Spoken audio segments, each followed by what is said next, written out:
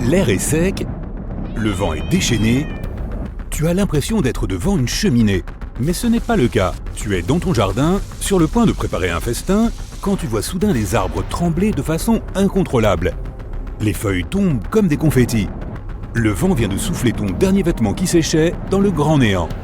Tu regardes autour de toi et tout le monde est aussi confus et effrayé que toi. Au loin, tu vois un horizon rouge de feu dans la forêt et un grand vortex qui touche le ciel. Tu laisses tout tomber et tu t'enfuis.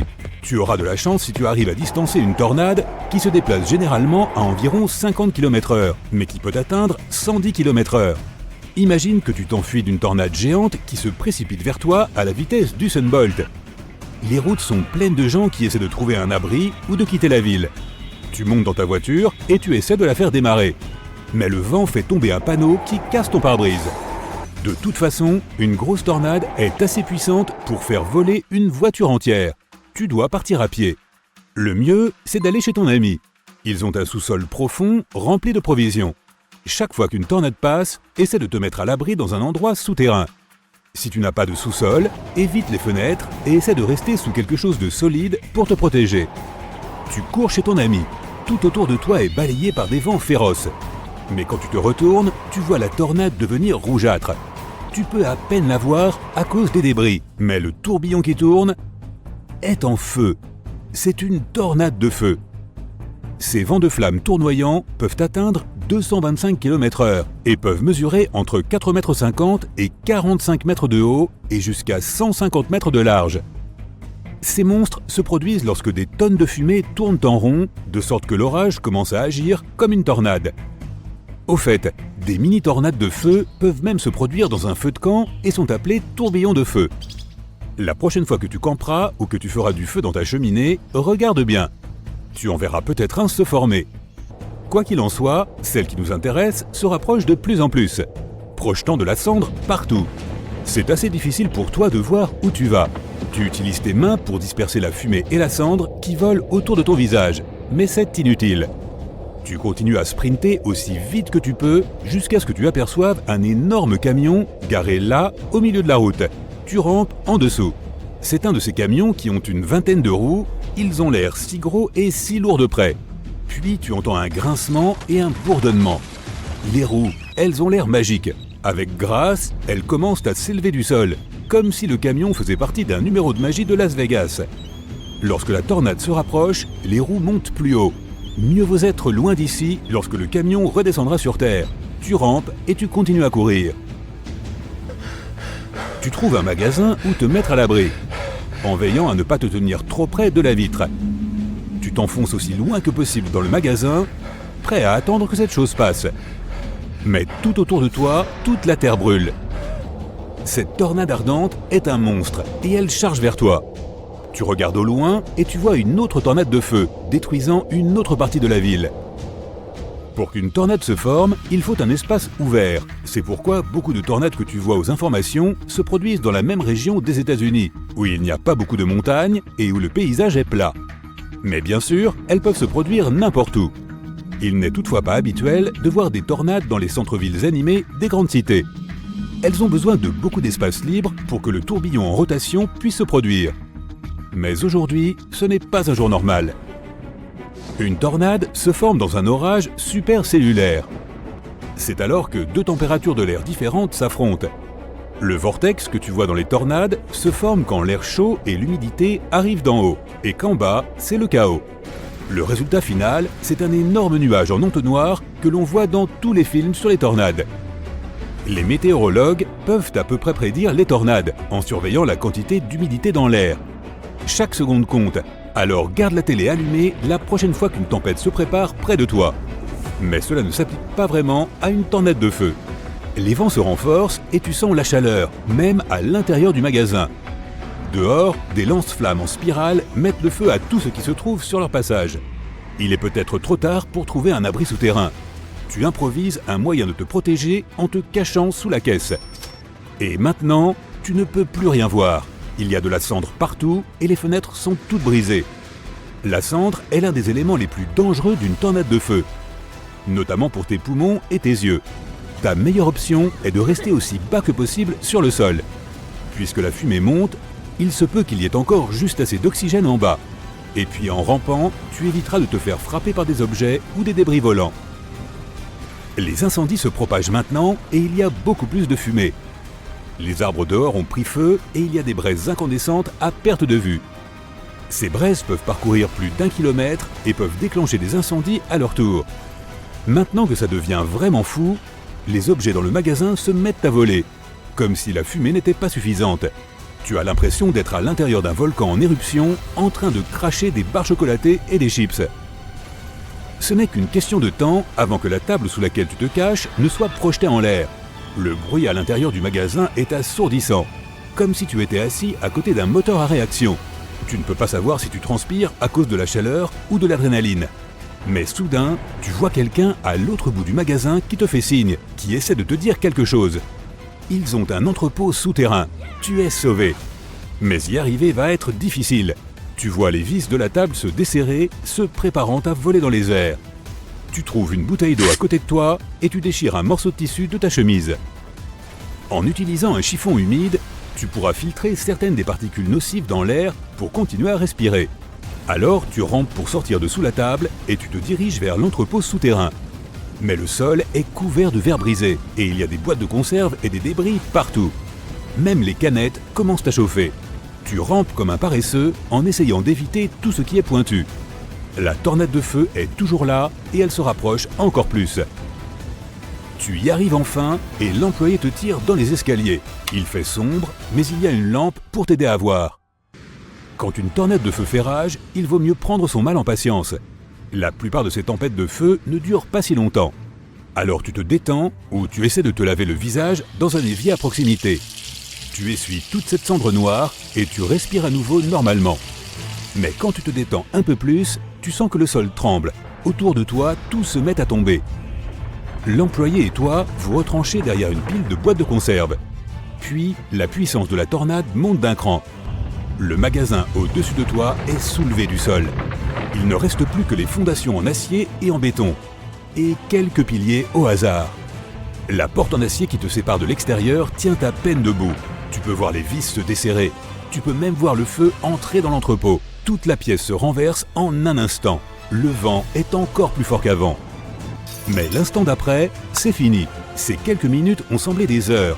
Toi et l'employé sortez et admirez le spectacle. C'est-à-dire, pas grand-chose pour être honnête. On dirait que le magasin a été arraché comme un pansement. Et tout autour de toi, une ville que tu ne peux même plus reconnaître. Le gros problème avec ces tornades de feu, ce sont les incendies qu'elles laissent derrière elles. Ils peuvent ruiner des villes, des forêts, des fermes et des vies. Tu fais une randonnée dans une sublime réserve protégée en Californie et tu te retrouves face à un puma. Reste calme. Tu dois lui montrer que tu n'as pas peur. Crie fort en direction de l'animal et agite tes bras. Si ça ne marche pas, lance des pierres, des branches et tout ce qui te tombe sous la main. Vise le sol devant le puma. Ne lance jamais rien directement sur lui. Cela ne ferait que l'énerver davantage. Si le puma se rapproche, protège tes parties les plus vulnérables. Il visera le cou et essaiera d'attraper tes bras. Incline donc ta tête vers l'avant pour protéger ton cou et ne fais pas de grands mouvements avec tes bras. Lorsqu'il se rendra compte que tu n'es pas un adversaire facile, le puma reculera probablement et s'enfuira. Tu es à Yellowstone. Ici, tu te retrouves face à face avec un grizzly. Il boit de l'eau dans un ruisseau. La distance de sécurité est de 60 mètres. Le grizzly t'a repéré. Il se dresse sur ses pattes arrière et regarde dans ta direction. Il a maintenant la taille d'un joueur de basketball de taille normale et il pèse près de 360 kg. Tu n'as donc aucune chance de gagner. Tu dois rester figé sur place. Les grizzlies ont une mauvaise vue, donc il se peut qu'ils ne te voient pas. Mais ensuite, il commence à marcher dans ta direction. Ne lui tourne pas le dos et n'essaie pas de courir le plus vite possible. Il te poursuivra. Tu dois paraître plus grand que tu ne l'es vraiment. Agite tes bras et écarte tes jambes un peu plus. Parle et crie constamment en direction de l'ours. Il comprendra que tu n'es pas un simple cerf. Essaie de faire un bruit de métal. Si tu as de la nourriture sur toi, ne la jette pas à l'ours. Pose-la par terre et continue de reculer en face de l'animal. S'il commence à courir vers toi, ta seule chance est de te coucher par terre et de rester figé. Les ours ne sont pas des charognards. Donc s'il pense que tu n'es pas vivant, il va juste te renifler, hausser les épaules et s'en aller. Maintenant, tu vas faire de la plongée sur la côte de la Floride. Tu dois te protéger du grand requin blanc. Ne porte jamais de bijoux brillants et voyants quand tu te baignes. Ils attirent les requins. Et ne te baigne jamais la nuit. C'est à ce moment-là qu'ils sortent pour chercher de la nourriture. Beaucoup de projections d'eau peuvent également attirer ce prédateur marin. Mais si le requin nage quand même vers toi, la règle est la suivante. Fais tout ce qui est en ton pouvoir pour l'affronter et gagner. Essaie de rester calme et de nager vers la plage. Si le requin te prend pour de la nourriture, il n'y a qu'une seule chose qui peut l'effrayer. Essaie de frapper le requin sur le nez, les yeux ou les branchies. Maintenant, tu es en Afrique. Ici, dans les hautes herbes de la savane, tu vois un lion. Et le pire, c'est qu'il te voit aussi. La première chose que tu dois faire est de maintenir le contact visuel. Ne tourne pas le dos au lion et ne cours pas. Ce prédateur de 2 mètres, qui pèse autant que 3 adultes, court vers toi à la vitesse d'une voiture sur l'autoroute. Mais il s'arrête brusquement et continue à te fixer. Les lions font souvent semblant de charger pour effrayer leur adversaire. À ce stade, tu dois paraître beaucoup plus grand que tu ne l'es réellement. Écarte les bras et fais des grands bruits. Le lion peut alors faire une autre fausse charge. Et si tu ne bouges pas, le lion se rendra compte que tu es un adversaire de taille et repartira dans l'autre sens. Attention, la lionne est bien plus dangereuse que le mâle. Si elle garde ses bébés, elle ne s'arrêtera jamais et tu n'auras aucune chance. Ta Jeep de safari t'emmène à l'endroit suivant. Tu vois des éléphants qui boivent paisiblement de l'eau. Ces animaux peuvent mesurer 3 mètres de haut et peser autant que 2 4x4.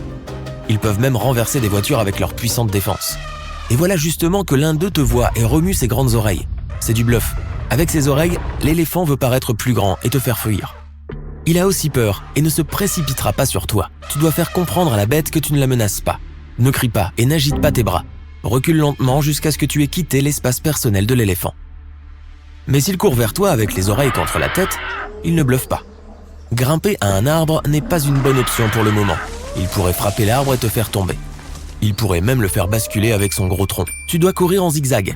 L'éléphant est lourd et il lui est difficile de changer de direction rapidement. Donc petit à petit, tu vas commencer à t'éloigner de lui. Mais n'oublie pas qu'un éléphant peut courir à 40 km/h. Il est donc peu probable que tu lui échappes. Passons maintenant au fleuve Nil, en Égypte. On y trouve le plus grand nombre de crocodiles au monde. Si tu fais du camping, installe-toi à une distance d'au moins 50 mètres de la rive. De cette façon, le crocodile ne trouvera pas ton campement la nuit. Ne quitte jamais le crocodile des yeux. Il peut profiter de ce moment et te prendre par surprise. Leur vitesse de pointe est seulement de 16 km/h, mais ils peuvent faire des charges de 13 mètres par seconde à partir de l'eau. Donc la seule chance de survivre est de rester hors de l'eau. Sinon, les points faibles du crocodile sont les yeux, le bout du nez et la membrane de la gorge. Cette membrane empêche l'eau de pénétrer dans la gorge du crocodile. Lorsque tu fuis un crocodile, fais attention à ne pas tomber sur un hippopotame. C'est l'un des animaux les plus dangereux au monde. Ils peuvent avoir la taille d'une voiture de tourisme et peser autant qu'un gros éléphant. En plus, ils peuvent courir aussi vite que les chevaux. Donc ils sont sûrs de te dépasser dans un sprint. L'essentiel est de ne pas les effrayer. Si tu es à une bonne distance de sécurité, attire son attention avec un bruit fort. En général, il essaiera de s'éloigner de toi. Profite de cet instant pour reculer toi aussi. Mais si tu vois un hippopotame bâiller, c'est le signe que tu violes sa zone de confort. Ils peuvent ouvrir leur gueule à 180 degrés et ont la force de morsure d'un crocodile. Tu ne pourras donc pas le vaincre et tu dois t'enfuir. La meilleure option est de grimper à un arbre ou à quelque chose en hauteur. Les hippopotames ont du mal à grimper en hauteur. Et si tu parviens à t'échapper, tu seras l'une des rares personnes à avoir survécu à un face-à-face avec un hippopotame. Il y a aussi des buffles qui vivent ici dans la savane. Ils peuvent être aussi hauts qu'un homme adulte et peser 1 tonne. Et contrairement aux lions et aux éléphants, ils ne font pas de fausses charges. Si tu vois cette machine foncer sur toi, elle a certainement de mauvaises intentions.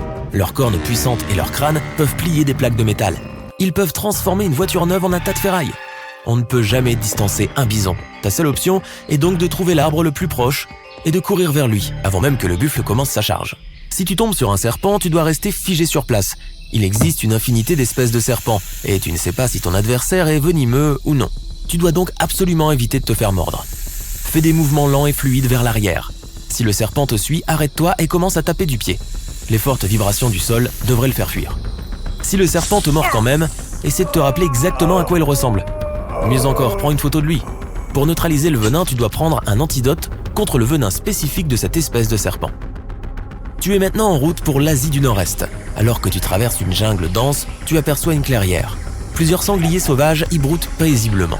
L'un d'entre eux est une femelle avec plusieurs petits. Elle est prête à tout pour les protéger. Alors elle est particulièrement agressive avec son entourage. Oups, elle t'a repéré. Prépare-toi à te défendre. Si le sanglier pousse des cris aigus et perçants, il va te frapper. La première chose à faire est de rester calme et de ne pas bouger. Tu as de bonnes chances que le sanglier continue son chemin. Mais tu vois qu'il commence à courir. Tu as alors plusieurs options. Tu peux t'enfuir. Tu peux faire face à l'ennemi ou grimper à l'arbre le plus proche. La première option est mauvaise, les sangliers peuvent courir aussi vite que Usain Bolt. Et lorsqu'il te rattrapera, ses défenses pointues ne te laisseront aucune chance. Option B, rester où tu es. Faux. Un sanglier peut peser autant qu'une moto et être presque aussi long qu'un adulte. Un coup à 40 km/h te mettra à terre. Donc la bonne option est de grimper à l'arbre le plus proche. S'il n'y a pas d'arbre, grimpe sur une voiture ou un grand rocher. Tu dois être dans une position plus élevée que le sanglier. Quand il se rendra compte qu'il ne peut pas t'atteindre, il te laissera tranquille. Globalement, la chose la plus importante est de rester à l'écart des sangliers, de ne jamais essayer de les nourrir ou de les provoquer. Ces déserts arides qui s'étendent à perte de vue semblent sans vie de prime abord. Mais parmi ces sables, il est aussi possible de rencontrer des créatures dangereuses et parfois effrayantes. Certaines d'entre elles ne peuvent présenter qu'un léger risque pour notre santé, mais d'autres resteront à jamais gravées dans ta mémoire. Faisons leur connaissance, en commençant par les plus modérément dangereuses et en terminant par les véritables cauchemars. Tu marches dans le désert et tu vois un gros ours en peluche, les bras grands ouverts. Tu en déduis qu'il s'agit probablement d'un mirage, mais tu t'approches tout de même. Tu avais vu juste, ce n'est pas une peluche mais un cactus géant. Et il y a quelque chose d'étrange à son sujet. Grâce à son étrange pilosité, ses branches semblent s'apparenter aux bras d'un ours en peluche. Il ne s'agit cependant pas de fourrure, mais de milliers de fines aiguilles. Et c'est la raison pour laquelle il ne faut surtout pas s'en approcher. Ce cactus se nomme Cylindropuntia bigelovi, ou Cholla urson. Il pousse dans les zones désertiques de l'Arizona et dans le nord du Mexique. Ne t'inquiète pas, ce cactus ne t'attaquera pas pour autant, mais il s'accrochera à ta peau ou à tes vêtements si tu as le malheur de le toucher. Ce manteau de fourrure protège le cactus des animaux, crée de l'ombre et le protège de la chaleur. Les branches latérales sont les parties les plus importantes de la plante, car elles réalisent la photosynthèse et accumulent une grande quantité d'humidité à l'intérieur. Ainsi, malgré tous les dangers qu'il présente, ce cactus peut s'avérer utile pour les gens qui se déplacent dans le désert. Et le danger ici, ce sont les aiguilles. Si tu les regardes de plus près, tu remarqueras leur aspect barbelé. Il suffit de les toucher pour que des centaines d'épines s'enfoncent dans ton doigt. Il est difficile de s'en débarrasser, et les épines provoquent des sensations douloureuses extrêmement désagréables. Mais ce qui est le plus intéressant avec ce cactus, c'est la façon dont il se reproduit. La plante se clone d'elle-même dans un nouvel endroit. Lorsque les animaux et les hommes passent devant ce cactus et le touchent, ce dernier leur cède un petit morceau de lui-même avec ses épines. Dès que ce morceau tombe au sol, il prend racine et commence à pousser. On augmente le degré de dangerosité. Le prochain monstre du désert court vers nous. Et c'est une autruche. Beaucoup pensent que ces animaux sont des poltrons, tout juste bons à s'enfouir la tête dans le sable. Tu changerais probablement d'avis si tu avais la malchance d'en croiser une. En général, les autruches ne sont pas agressives, mais tu devras prendre tes jambes à ton cou si jamais tu t'approches de leur nid. En revanche, tu as peu de chances de leur échapper, car les autruches ont une vitesse de pointe de 70 km/h. Tu auras besoin d'une voiture pour les distancer, car elles sprintent et frappent leur ennemi de leur poitrine. Il est même arrivé que des autruches attaquent des camionnettes et leur causent d'importants dégâts. Mais le principal danger que représentent ces volatiles réside dans leurs puissantes pattes munies de griffes acérées. Avec celles-ci, ils peuvent porter des coups puissants et même s'acharner sur un adversaire au sol.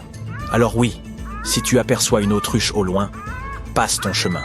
Ce petit lézard tacheté passe presque tout son temps sous terre, dans les déserts arides du sud-ouest des États-Unis et du nord-ouest du Mexique. Parfois, il sort pour chercher son repas. Il a l'air trognon comme ça, mais à vrai dire, il s'agit du très dangereux monstre de Gila. Sa peau épaisse le protège des faucons, des coyotes et d'autres prédateurs. Mais son atout principal, c'est son venin. Les serpents et les araignées injectent leurs toxines à l'aide de longs crocs acérés.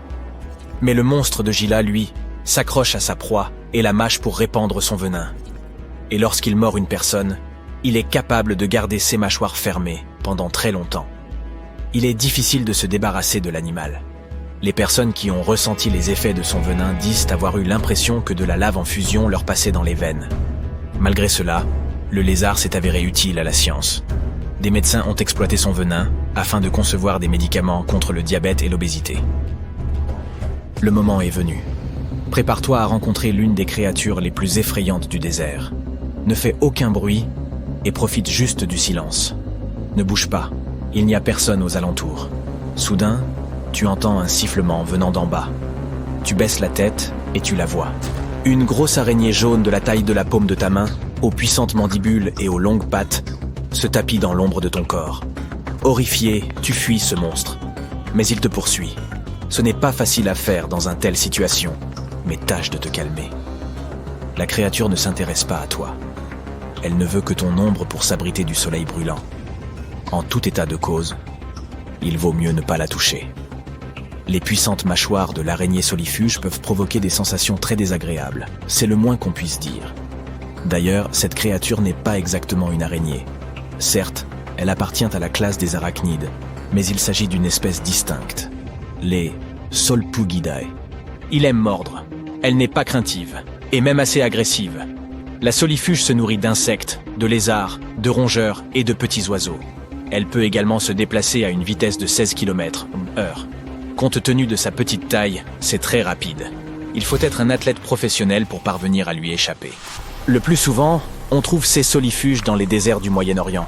Mais elles vivent également au Mexique et dans le sud-ouest des États-Unis. Ces araignées sont nocturnes et essaient d'éviter le soleil pendant la journée, de sorte qu'elles seront toujours en quête de ton ombre. D'ailleurs, elles doivent leur nom au fait qu'elles fuient l'astre solaire en toutes circonstances. Tu n'auras aucune chance de leur échapper pendant la journée, mais elles voudront également s'en prendre à toi pendant la nuit, surtout si tu fais un feu. Les Solpugidae courent toujours vers la lumière dans l'espoir d'attraper quelque chose. Certaines espèces de ces araignées émettent même un sifflement pour effrayer leurs ennemis. Calmons-nous un instant et quittons ce désert brûlant.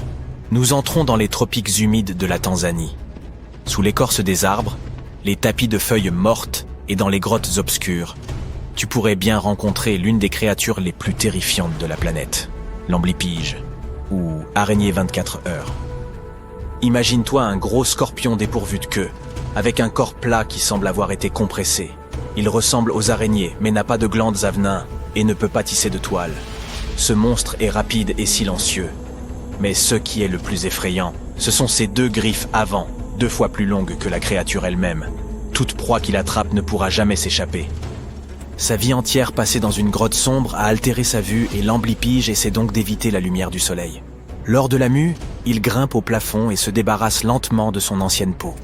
Imagine-toi diriger ta lampe à cet endroit pour y apercevoir de petits cocons d'où sortent des araignées pâles aux pattes excessivement longues.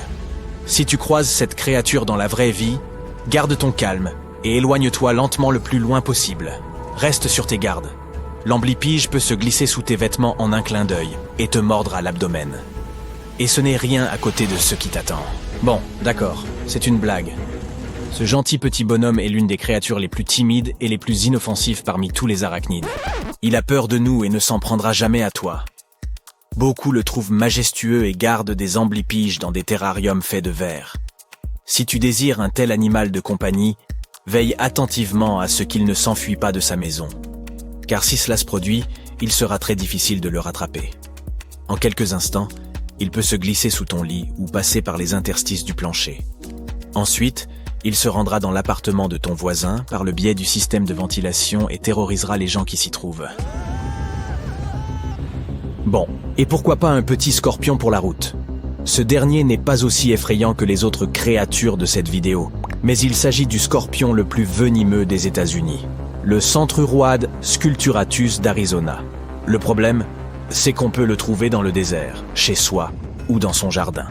Cette dangereuse bestiole venimeuse se glisse dans les pièces et pique souvent les gens.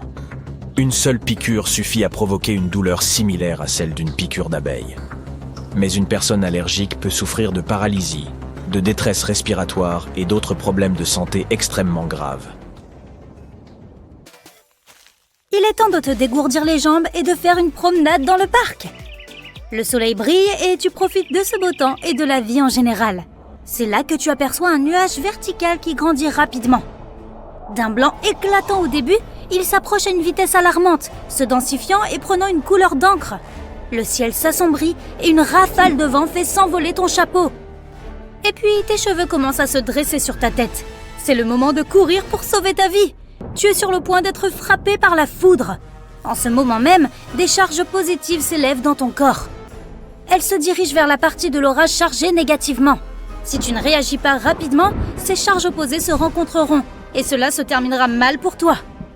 Si tu ne peux te cacher nulle part, accroupis-toi et essaie de te rendre plus petit que les objets qui t'entourent. Ne t'allonge pas à plat sur le sol. Il peut être humide et donc très conducteur. Il y a aussi d'autres signes qui signalent un danger pendant un orage. Tes paumes peuvent commencer à transpirer. Tu peux entendre des crépitements, des bourdonnements ou des vibrations bizarres provenant d'objets métalliques à proximité. Ta peau peut commencer à picoter. Tu peux sentir un étrange goût métallique dans ta bouche. Si tu n'es pas juste en train de mâcher du papier d'aluminium à ce moment-là, fais attention. De plus, tu es susceptible de sentir une odeur de chlore. C'est l'ozone. Les charges électriques divisent les molécules d'azote et d'oxygène, qui sont les principaux gaz formant l'atmosphère, en atomes séparés. Lorsque ces atomes se réunissent à nouveau, certains d'entre eux produisent des molécules composées de 3 atomes d'oxygène. C'est l'ozone. Tu peux la sentir pendant un orage parce que les courants descendants la font descendre des hautes altitudes jusqu'au niveau de ton nez. Tu peux savoir à quel point un orage est proche en mesurant le temps entre le moment où tu as vu un éclair et celui où tu entends le tonnerre. 3 secondes représentent environ 1 kilomètre. Le ciel au-dessus de ta tête s'assombrit et prend une teinte verte inquiétante. Quelque chose te frappe sur la joue. Aïe! Ça fait mal! Tu ramasses l'objet en question, c'est un énorme grêlon. Mais il ne fait pas si froid dehors et il ne pleut même pas. Tu remarques que tout est calme, tranquille, il n'y a pas le moindre brin de vent. Cela te fait penser au calme avant la tempête. Et en effet, tu entends bientôt du bruit. Il s'approche rapidement et se transforme en un grand rugissement, comme si un train de marchandises se dirigeait droit vers toi. Seulement, ce n'est pas un train, c'est une tornade et tu n'as presque pas le temps de t'échapper. L'entonnoir n'est pas visible derrière un nuage de débris, mais impossible de confondre cette colonne d'air en rotation avec quoi que ce soit d'autre. Si la tornade te surprend sur la route, éloigne-toi le plus possible de ta voiture. Cela évitera que le véhicule ne soit projeté vers toi. Trouve un fossé, allonge-toi dedans et couvre-toi la tête. Si tu es à l'intérieur, éloigne-toi des fenêtres et réfugie-toi sous terre si possible. Maintenant, tu es au bord de la mer. Tu te promènes sur le rivage et tu profites d'une légère brise. Soudain, le sol se met à trembler sous tes pieds. Ce doit être un tremblement de terre. La prochaine bizarrerie que tu remarques est l'eau qui se retire sur la plage à une vitesse folle. Elle dévoile derrière elle le fond de l'océan, les récifs et même les poissons. C'est alors que tu entends un grondement lointain. C'est un tsunami et tu n'as que quelques minutes pour sauver ta vie. Dirige-toi immédiatement vers un point élevé. Une vague géante se dirige déjà vers le rivage. Ce n'est pas la seule façon dont un tsunami peut s'abattre sur toi. Il ne vient pas nécessairement s'écraser contre le rivage comme une série de vagues énormes. Un tsunami peut ressembler à une marée montante très rapide. Il va généralement de pair avec de fortes turbulences sous-marines. Il entraîne les gens sous la surface de l'eau et projette des objets lourds dans toutes les directions. Tu peux aussi remarquer que l'eau de mer bouillonne, tourbillonne et crée des motifs bizarres. C'est un autre signe certain qu'un tsunami arrive. Ton chien est agité. Il gratte la porte d'entrée, arpente l'appartement et essaie de se cacher dans un recoin. Habituellement calme et docile, le toutou hurle et aboie à présent. La météo est complètement détraquée depuis plusieurs jours. Il fait anormalement chaud un jour et froid le lendemain. De plus, tu as remarqué que le ruisseau près de ta maison s'agite de plus en plus, bouillonnant à mesure qu'il passe. Ce n'est que lorsque les vers commencent à teinter dans ton armoire que tu réalises ce que cela signifie. Le cliquetis est produit par les secousses préliminaires, de minuscules tremblements de terre menant à l'événement principal. Les tremblements de terre se produisent souvent en série. S'il y a plusieurs tremblements de terre faibles, il est possible qu'un tremblement de terre beaucoup plus important se prépare. Un peu avant la catastrophe, tu pourrais remarquer des lumières bleues bizarres. Certaines d'entre elles semblent venir du sol, d'autres semblent flotter dans les airs, immobiles. Il s'agit de ce qu'on appelle les lumières sismiques. Émises par les roches soumises à de fortes contraintes, elles peuvent être vues des jours ou des secondes avant que le sol ne commence à trembler. Toutefois, certains experts doutent de l'existence de ces lumières sismiques. Si tu penses qu'un tremblement de terre est sur le point de se produire et qu'il y a un poisson-chat dans ton aquarium, fais attention à son comportement. Les scientifiques ont prouvé que cette espèce peut réagir au tremblement de terre en avance. Les poissons deviennent agités lorsque l'activité sismique est élevée. De même, certains insectes peuvent sentir venir une tempête.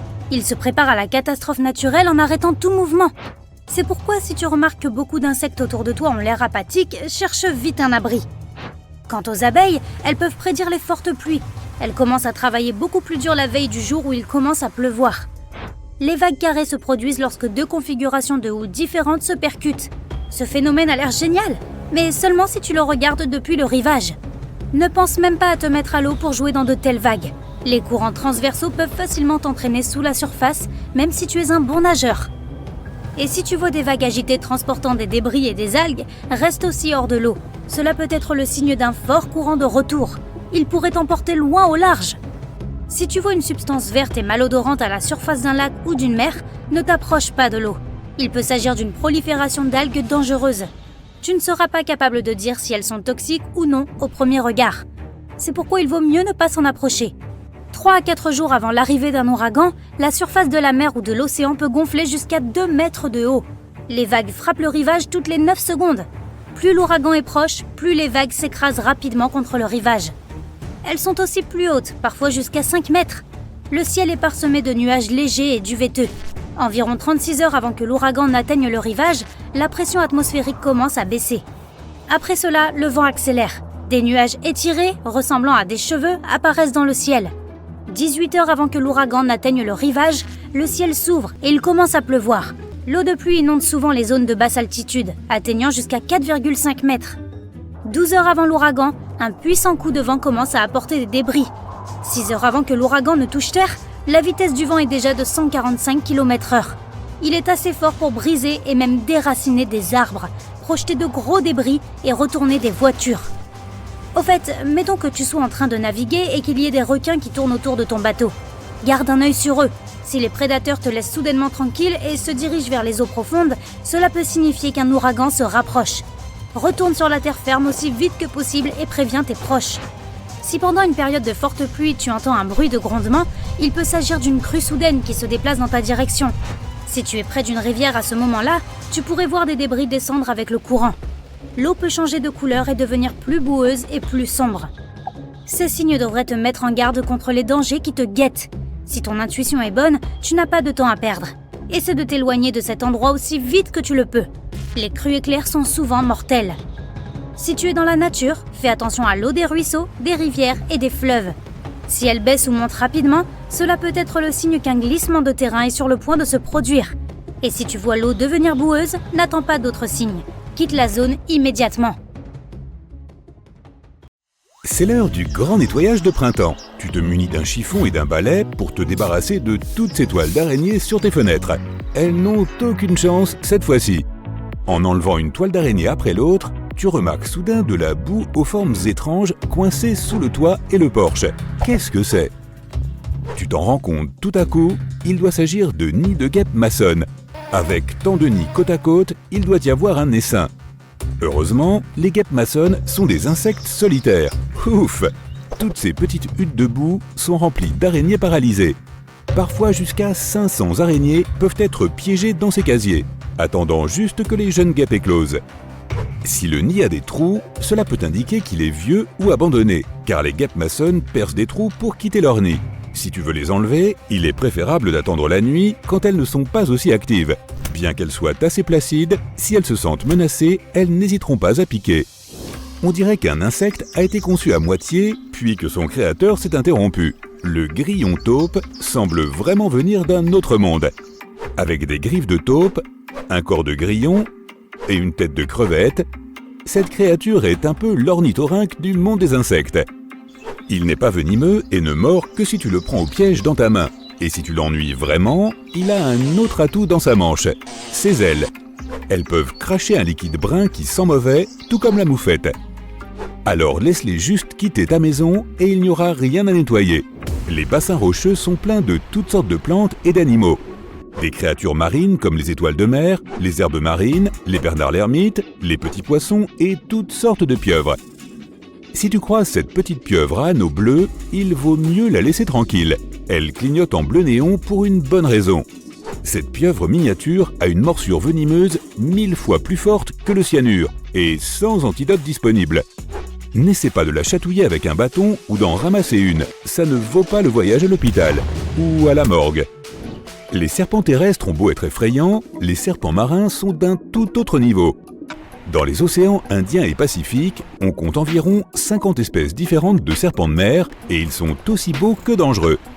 Heureusement, ils ne semblent pas trop se soucier de nous. Le serpent de mer de Dubois est sans doute le plus venimeux de l'océan, talonné pour ainsi dire par le serpent de mer à bec. Leur venin ferait presque oublier la morsure d'un cobra. Le venin de ces deux serpents est extrêmement dangereux. Heureusement pour nous, il peut mettre des heures à provoquer des symptômes chez l'homme, et il faudrait qu'il transperce ta combinaison de plongée.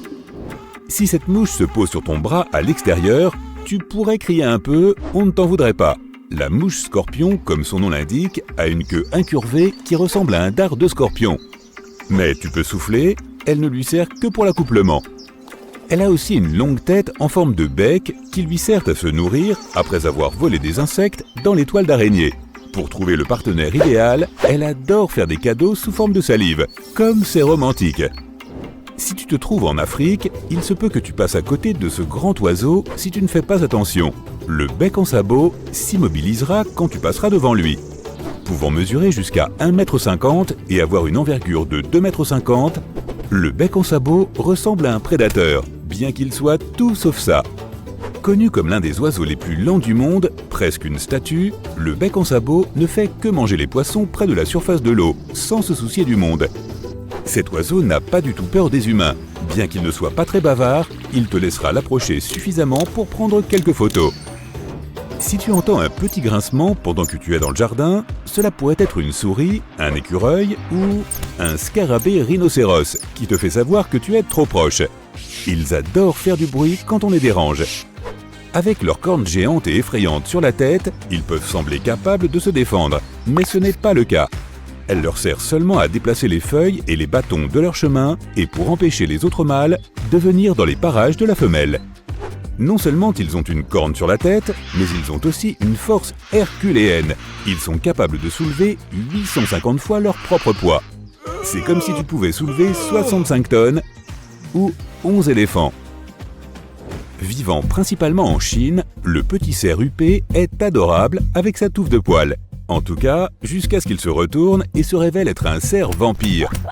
Heureusement, cet animal ne souhaite pas goûter ton sang, ni porter de cape. Seuls les mâles font pousser ces attributs plutôt que des bois pendant la saison des amours, afin de se disputer des territoires et des femelles. Ces crocs ressemblent plus à des défenses d'éléphants qu'à des dents acérées. Non seulement ils ont des crocs, mais ils sont aussi connus pour aboyer comme des chiens et fuir comme des chats quand ils ont peur.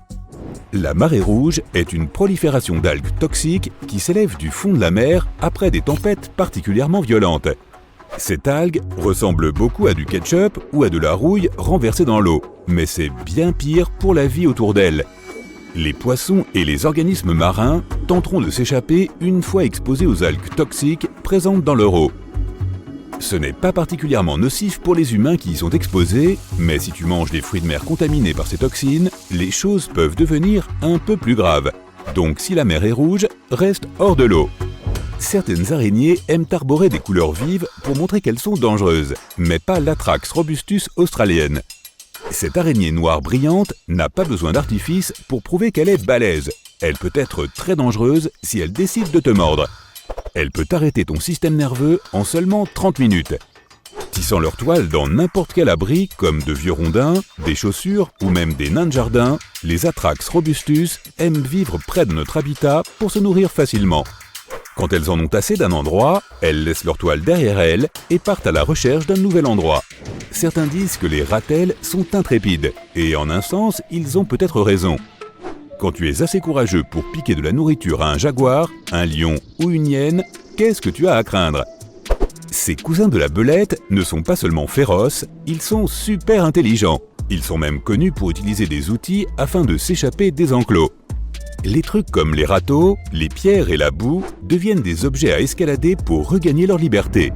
En plus de leur ressemblance physique avec la moufette, les ratels possèdent une glande dangereuse près de leur queue qui contient une puissante machine à puer. Ils sont donc courageux, puants, ont une peau extrêmement élastique et résistante, et pour couronner le tout, ils jouissent d'une forte immunité contre les scorpions et les serpents.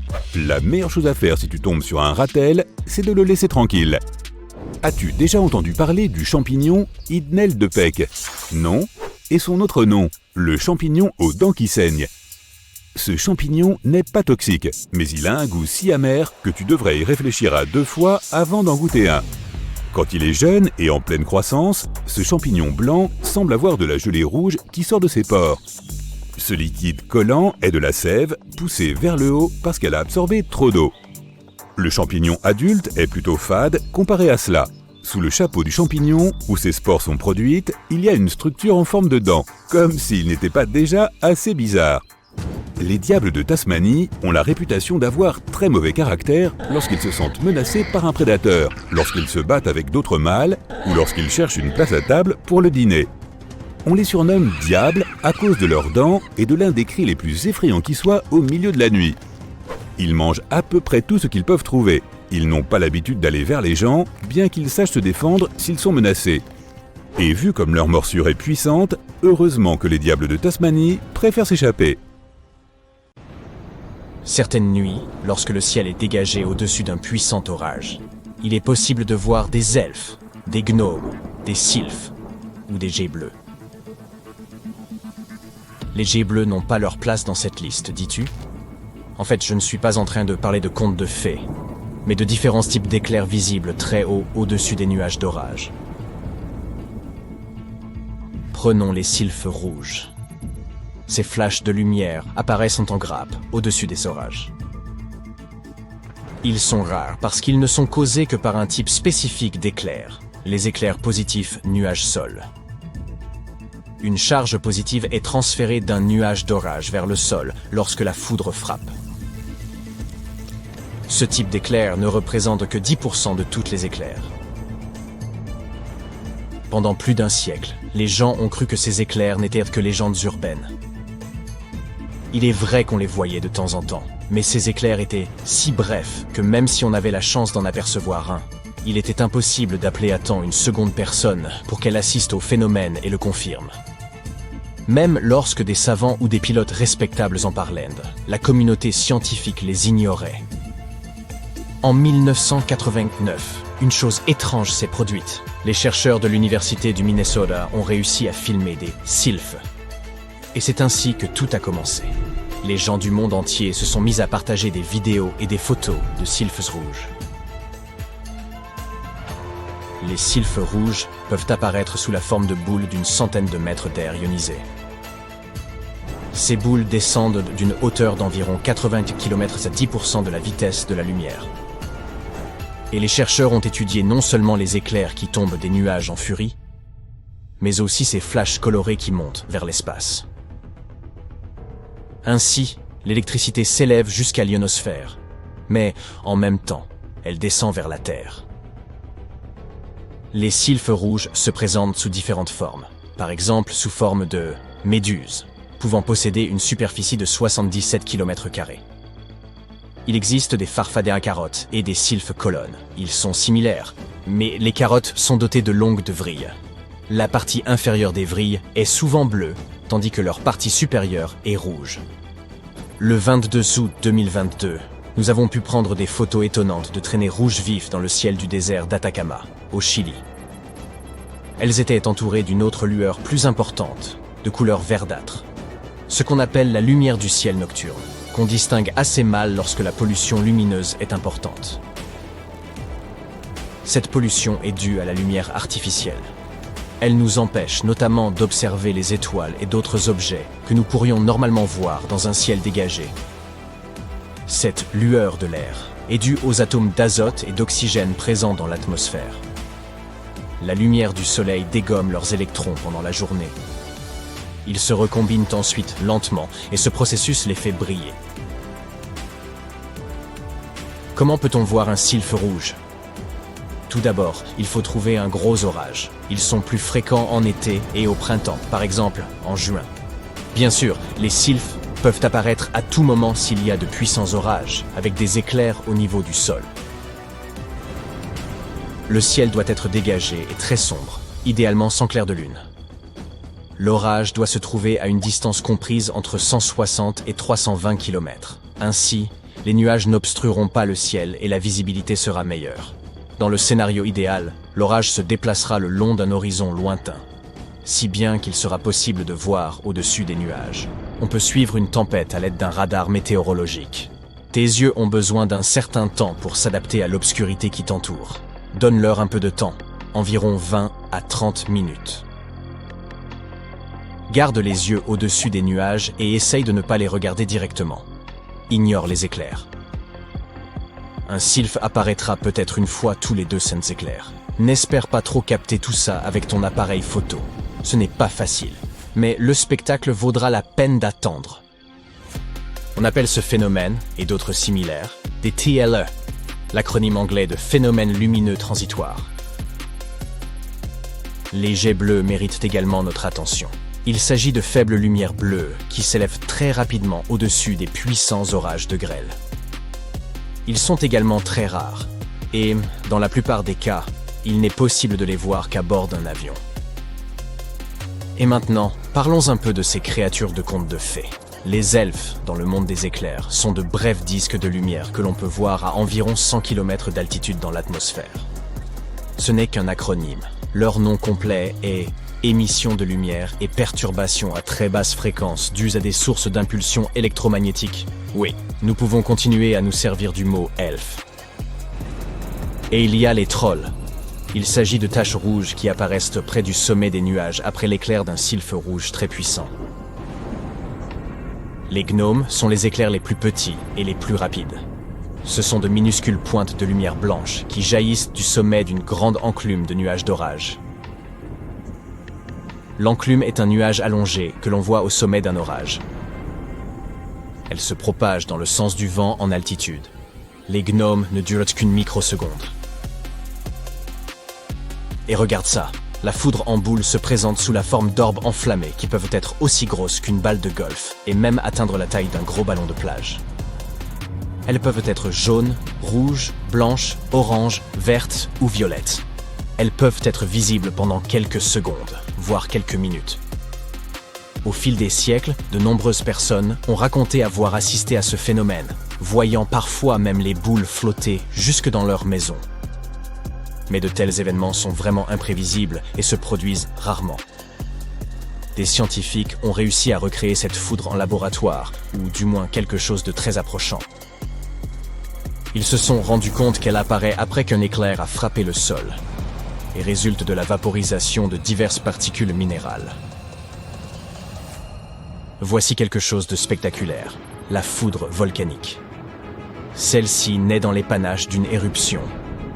Comme lors de tout orage, les éclairs volcaniques se forment lorsque l'électricité statique s'accumule dans l'atmosphère terrestre. Elle est ensuite libérée sous la forme d'éclairs. Les scientifiques ne comprennent pas encore tout le processus, mais ils pensent qu'il est lié à une puissante charge. Par exemple, la charge de glace est à l'origine de la formation des orages. Elle joue également un rôle dans la production des éclairs lors des éruptions volcaniques. Ce phénomène se produit lorsque l'air réchauffé par une éruption s'élève dans le ciel et rencontre de l'air froid. L'eau provenant de l'éruption se transforme en particules de glace et, lorsque ces particules se heurtent les unes aux autres, certains électrons partent dans tous les sens. Les particules de glace qui ont maintenant une charge positive se déplacent plus haut dans le ciel et se rassemblent. Il peut également s'agir d'une charge frictionnelle, un autre événement qui conduit à la foudre volcanique. Le phénomène est similaire à celui de la charge de glace, sauf qu'ici ce sont des cendres et des morceaux de roche qui entrent en collision et créent une charge électrique. Il y a aussi les flashs de rayons gamma terrestres. Il y a plus de 10 ans, des chercheurs ont découvert que les orages pouvaient générer de brèves, mais très fortes salves de rayons gamma, la forme de lumière la plus énergétique. Ces rayons sont si brillants qu'ils peuvent aveugler les capteurs des satellites, même lorsqu'ils se trouvent à des centaines de kilomètres. Ils peuvent également créer de l'antimatière. L'antimatière est un type de matière composée de particules de charge opposées à celles de la matière normale. Imagine que tu aies 2 boîtes remplies de blocs. Certains blocs sont rouges et d'autres sont bleus. Lorsque ces blocs se touchent, ils disparaissent, ou s'annihilent, et se transforment en énergie. C'est ce qui se passe lorsque des particules de matière et d'antimatière se rencontrent. Et ces éclairs pourraient être le résultat des rayons gamma, car ils émettent une lumière qui n'est pas vraiment visible. La foudre ordinaire implique des électrons lents. Dans les flashs de rayons gamma, les électrons sont très énergétiques. Ils s'écrasent sur les molécules d'air et produisent cet étrange phénomène. Sais-tu qu'un cambriolage a lieu toutes les 15 secondes aux États-Unis ? Cela signifie qu'environ 4800 cambriolages ont lieu tous les jours. Et la police ne peut élucider que 13% de tous les cas signalés. Alors oui, on ne plaisante pas avec la sécurité domestique. Je ne le ferai donc pas. Mais malgré tout, ne t'inquiète pas, tu n'as pas besoin de transformer ta maison en forteresse pour te sentir en sécurité.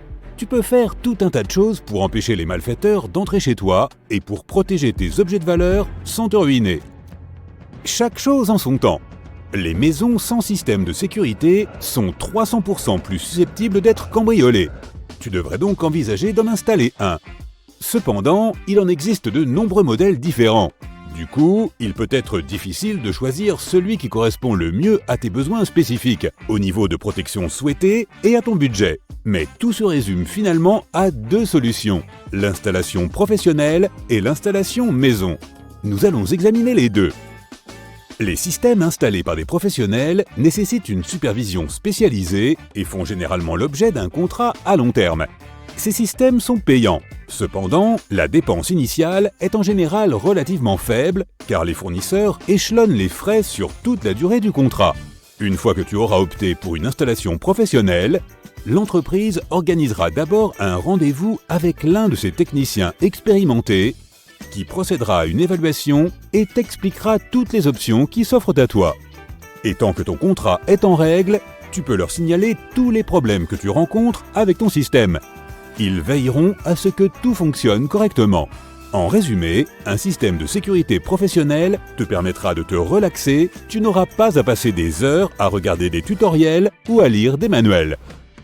Néanmoins, les systèmes de sécurité professionnelle peuvent ne pas te convenir, surtout si tu es locataire, car les conditions du contrat peuvent parfois être contraignantes. Ou peut-être n'es-tu pas locataire et qu'il s'agit pour toi d'une question de budget. Dans ce cas, une installation maison est probablement ce qu'il te faut. L'avantage, c'est que si le prix moyen est d'environ 50 € par mois pour un système professionnel, il n'est que de 30 € pour un système maison. En outre, tu n'as rien à débourser pour l'installation elle-même. Tu devras cependant t'attendre à un coût initial plus élevé si tu choisis cette option. Et il y a aussi le fait qu'une installation maison peut ne pas être parfaitement réalisée. Il peut y avoir des failles qu'un professionnel aurait détectées.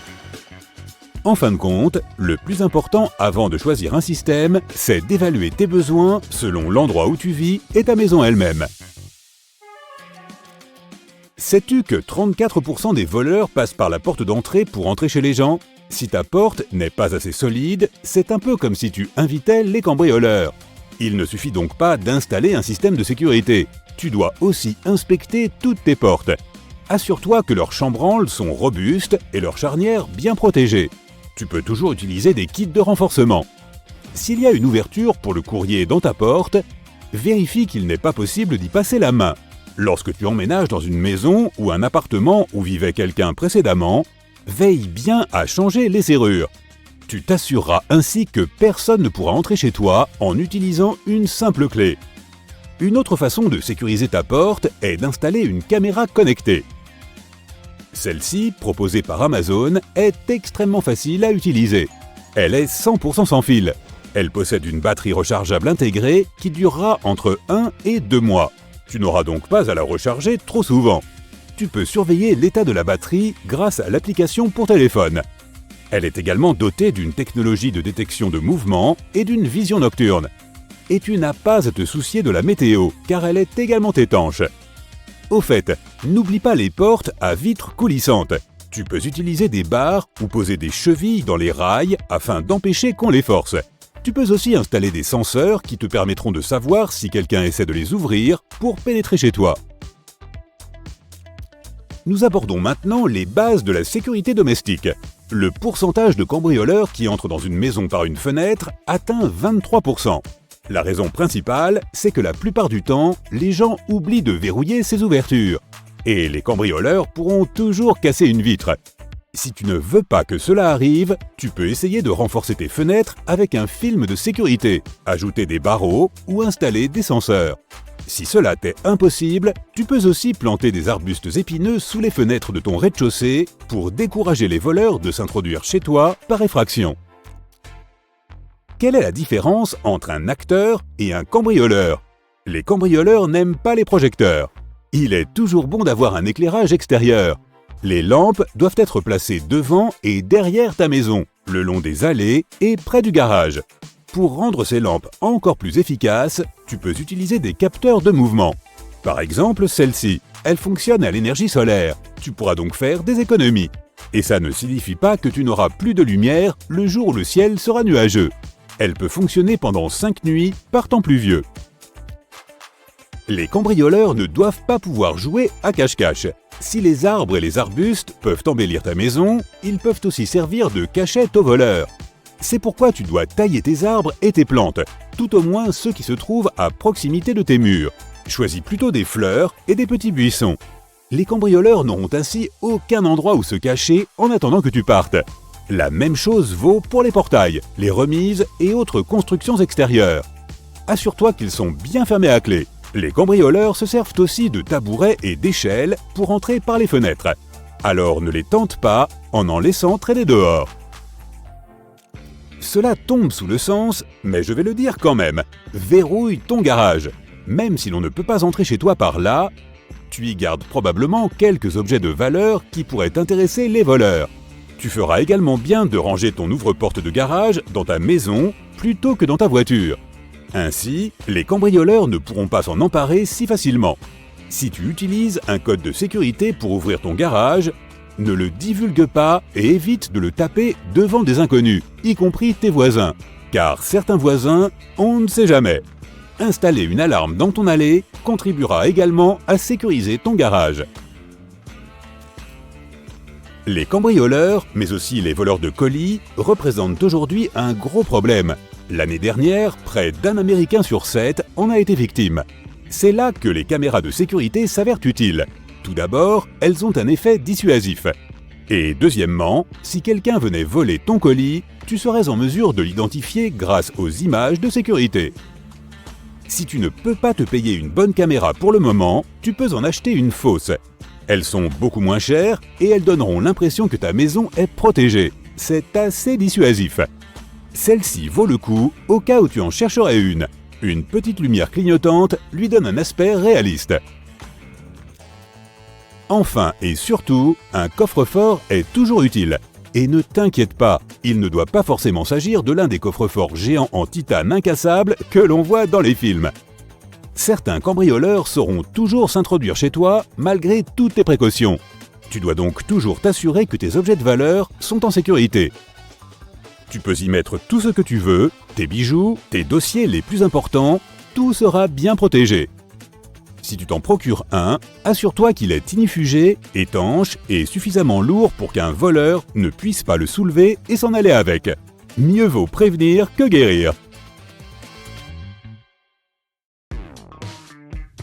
Quand tu penses aux oiseaux les plus dangereux du monde, il se peut que ce soit des aigles ou des vautours qui te viennent à l'esprit. Étonnamment, les casuaridés peuvent causer bien plus de dégâts que les fameux oiseaux en colère mentionnés plus tôt.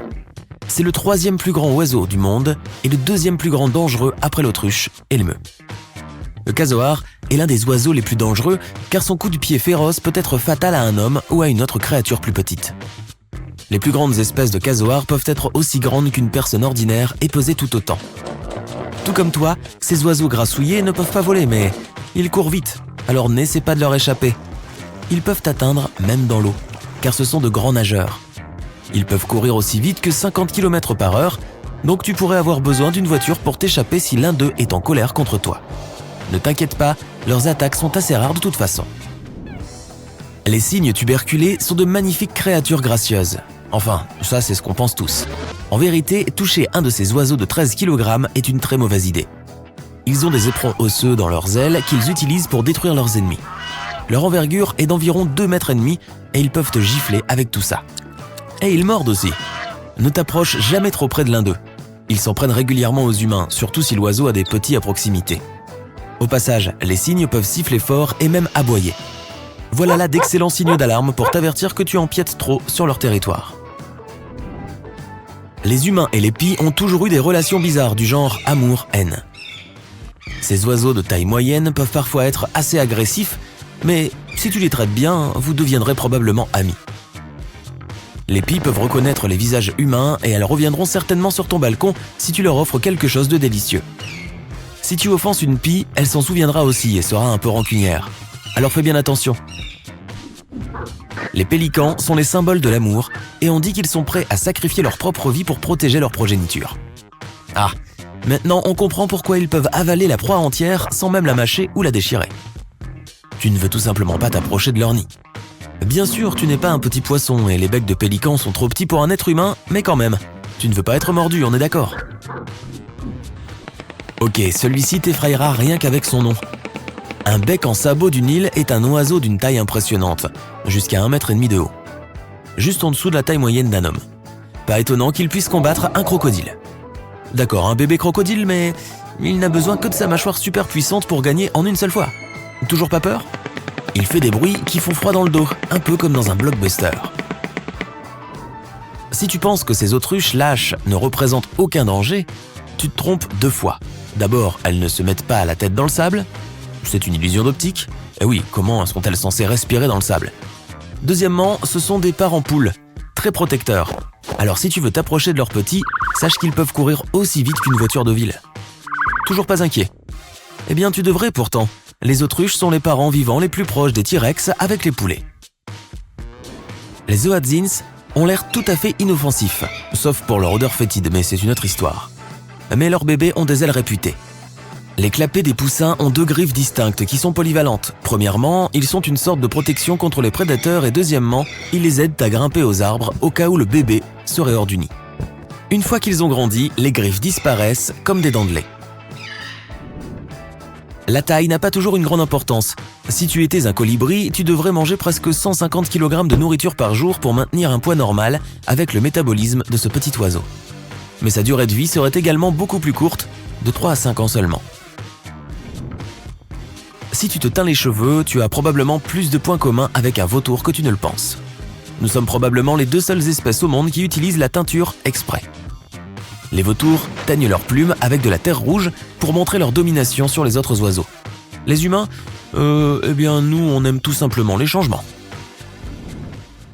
Les condors de Californie ne sont peut-être pas aussi gros qu'un avion, mais ils sont quand même énormes. Leur envergure est de près de 3 mètres. Ils sont potentiellement dangereux pour les gens, mais les chances que tu en rencontres un jour sont minces. Il n'y en a qu'environ 200 aux États-Unis. Te voilà en train de chercher quelque chose de délicieux dans le frigo, mais tu ne vois pas ce dont tu as vraiment envie. Si tu étais une grive à lunule, tu lâcherais un gros P. Cela semble dégoûtant, mais c'est apparemment ainsi que ces oiseaux trouvent les vers de terre cachés. Une attaque de gaz pour les assommer et voilà, ils sont maintenant une cible facile. On se bouche le nez et hop, bon appétit bien sûr. Ok, assez de ces histoires farfelues. Regardons vers le ciel. Tu ne t'attendrais pas à voir un oiseau venimeux sur cette liste, mais hélas, je te présente le pitoi bicolore.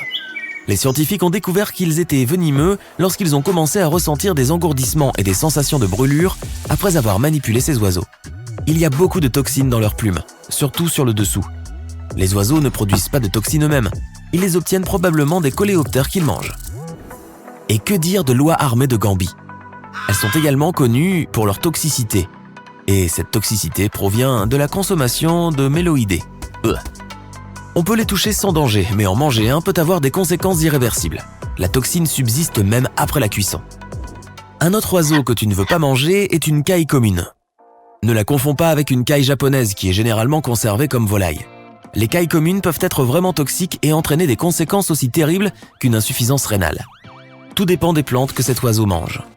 Bonne nouvelle, elle n'est venimeuse que pendant la période de migration, mais elle est délicieuse et sans danger en dehors de la migration.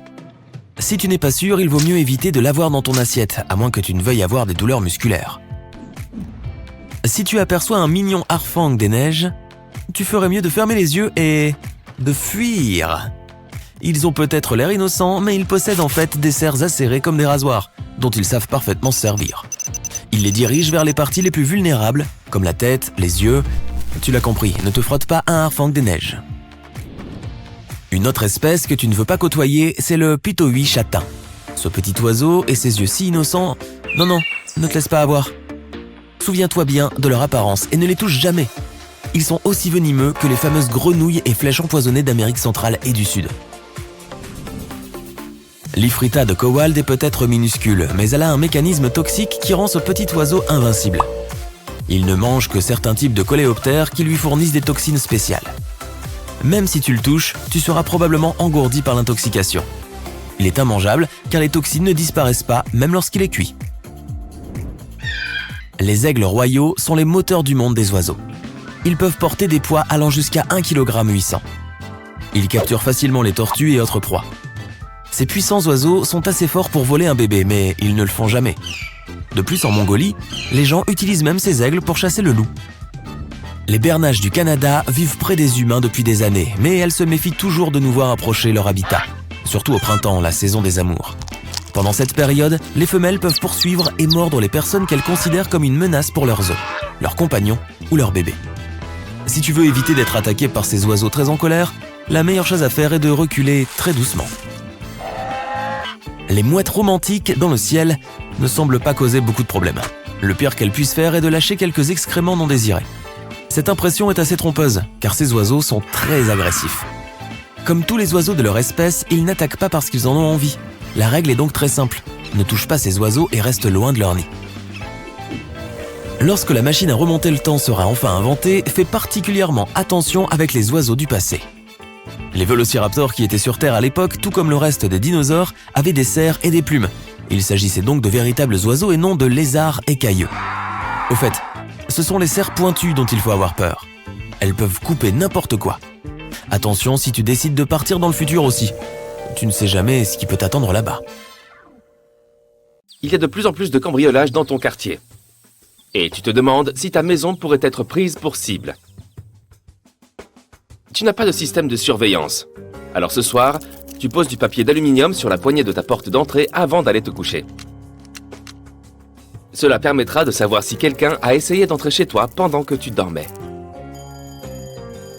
Tu te réveilles le lendemain matin et tu vois que le papier d'aluminium est légèrement déchiré. Quelqu'un est passé par ici et il est certain qu'il reviendra.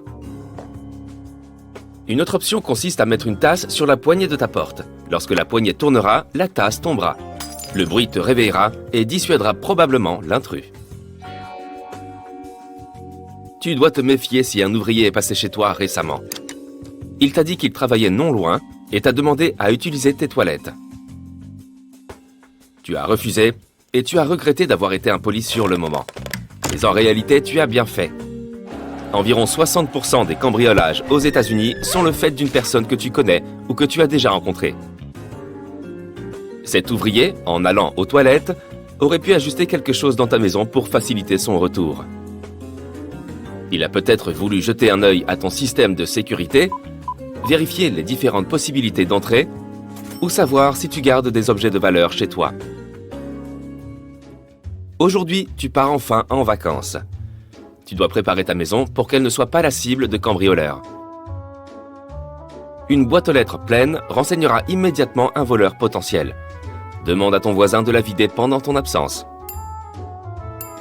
Une propriété bien entretenue est un signe que ses propriétaires sont toujours là. Ta pelouse est toujours tondue et tes haies taillées. Tu devras donc demander à quelqu'un de le faire pendant tes vacances. C'est l'hiver. La neige autour de ta maison pourrait informer des cambrioleurs que tu n'es pas chez toi. Demander à un voisin de faire des traces de pas dans ton allée pourra dissuader les personnes mal intentionnées. Certains types de haies sont très utiles pour empêcher les gens de pénétrer chez toi. Des arbustes à feuilles pointues sont une très bonne idée. Si une personne saute dans ton jardin et atterrit sur un buisson rempli d'épines, elle poussera immédiatement un cri de douleur. Tes voisins sauront tout de suite qu'il y a un intrus. Et les épines accrocheront aussi des fragments de tissu qui pourront plus tard servir de preuve. En préparation de ton voyage la semaine dernière, tu as ouvert et fermé tes rideaux à différents moments de la journée.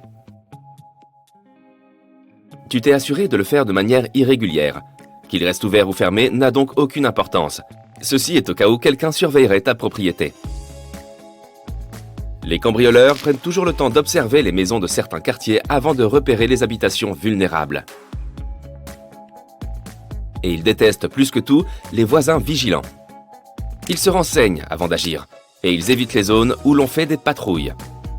Pourquoi ne pas en organiser une avec tes voisins ?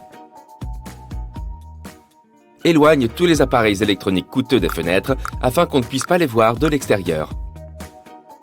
Mets-les dans un placard ou dans une pièce fermée. Ne crains rien pour ta télévision. Elle est trop volumineuse et la voler est plus difficile. Les criminels s'intéressent davantage à ton iPad et à ta console de jeu. Mets tes bijoux et autres petits objets de valeur dans des boîtes et cache-les dans un endroit secret. La chambre des enfants est généralement une bonne cachette. Les cambrioleurs ont reconnu ne jamais y entrer, car les jouets n'ont que peu de valeur. Prends des photos de tous les numéros de série de tes appareils électroniques et fais un inventaire pour les assurer.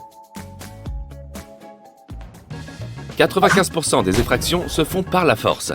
Tu ferais donc bien de consolider tes fenêtres et tes portes. Tu peux rendre la tâche encore plus difficile aux malfrats. Enlève tous les tabourets, chaises et échelles de ton jardin et mets-les dans ton garage. Ils pourraient aider les voleurs à accéder aux points d'entrée les plus élevés, comme les ouvertures pour climatiseurs. Ils passent très souvent par là, car on ne peut pas les renforcer et ils sont faciles à arracher pour pénétrer chez toi. Ne leur facilite pas la tâche en leur fournissant un escabeau. Les cambrioleurs peuvent défoncer une porte fragile en 1 minute. Un châssis en métal t'offrira une plus grande protection qu'un châssis en bois. Les charnières et la serrure doivent être assez solides pour résister aux coups de pied. Au bout d'un moment, ils laisseront tomber. La serrure est toujours un point faible, car elle peut facilement être crochetée par un voleur expérimenté. Grâce à un simple verrou de protection, tu peux être sûr que personne ne passera par là. Les charnières de ta porte de garage pivotent vers l'extérieur, ce qui la rend vulnérable. On peut y accéder en retirant simplement les goupilles. Remplace celles-ci par des goupilles sécurisées qui ne peuvent pas être retirées.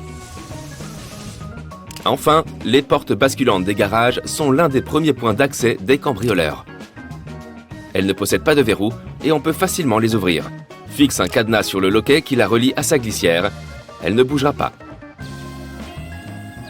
Si ta porte de garage ne te permet pas de le faire, perce un trou dans la glissière juste au-dessus du rideau métallique et place un cadenas. Les voleurs ont peur des chiens. Ils surveillent et gardent fidèlement ta maison.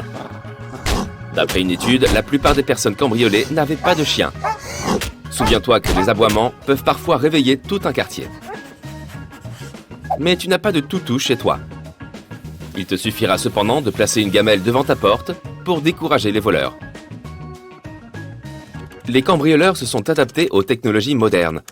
4 criminels sur 5 utilisent les réseaux sociaux comme Facebook, Twitter et Google Maps pour choisir leur cible. Si tu partages une photo où figurent les clés de ta maison, un cambrioleur pourra zoomer et prendre les mesures exactes pour créer un double. Assure-toi que ton réseau sans fil est sécurisé et utilise un mot de passe complexe pendant ton absence. Les voleurs ne s'intéressent pas seulement aux objets que tu possèdes. Tes mots de passe et codes d'accès sont vulnérables avec un réseau mal sécurisé. Et prends garde aux logiciels de surveillance et autres virus d'hameçonnage. Tu as aussi la possibilité de bloquer complètement la vue de ta maison sur Google Maps. Tape l'adresse de ta maison, cherche ta résidence dans l'image, appuie Options et sélectionne Signaler un problème. Une page avec une image de ta maison s'affichera. Tu pourras alors placer un carré rouge pour couvrir ta propriété. Demande que l'image soit floutée sous l'option Ma maison et saisis ton adresse exacte. Le traitement de ta demande prendra quelques jours. Ne laisse pas la radio allumée pendant ton absence. Ça ne sert à rien. Lorsqu'ils surveillent ta maison, les voleurs prêtent attention au son de la radio et de la télévision. S'ils remarquent que tes appareils ne sont jamais éteints, ils sauront qu'ils peuvent entrer sans crainte de tomber sur quelqu'un. Une meilleure option pour te protéger est de créer ton propre enregistrement audio. Des sons d'ambiance diffusés de manière irrégulière tout au long de la journée.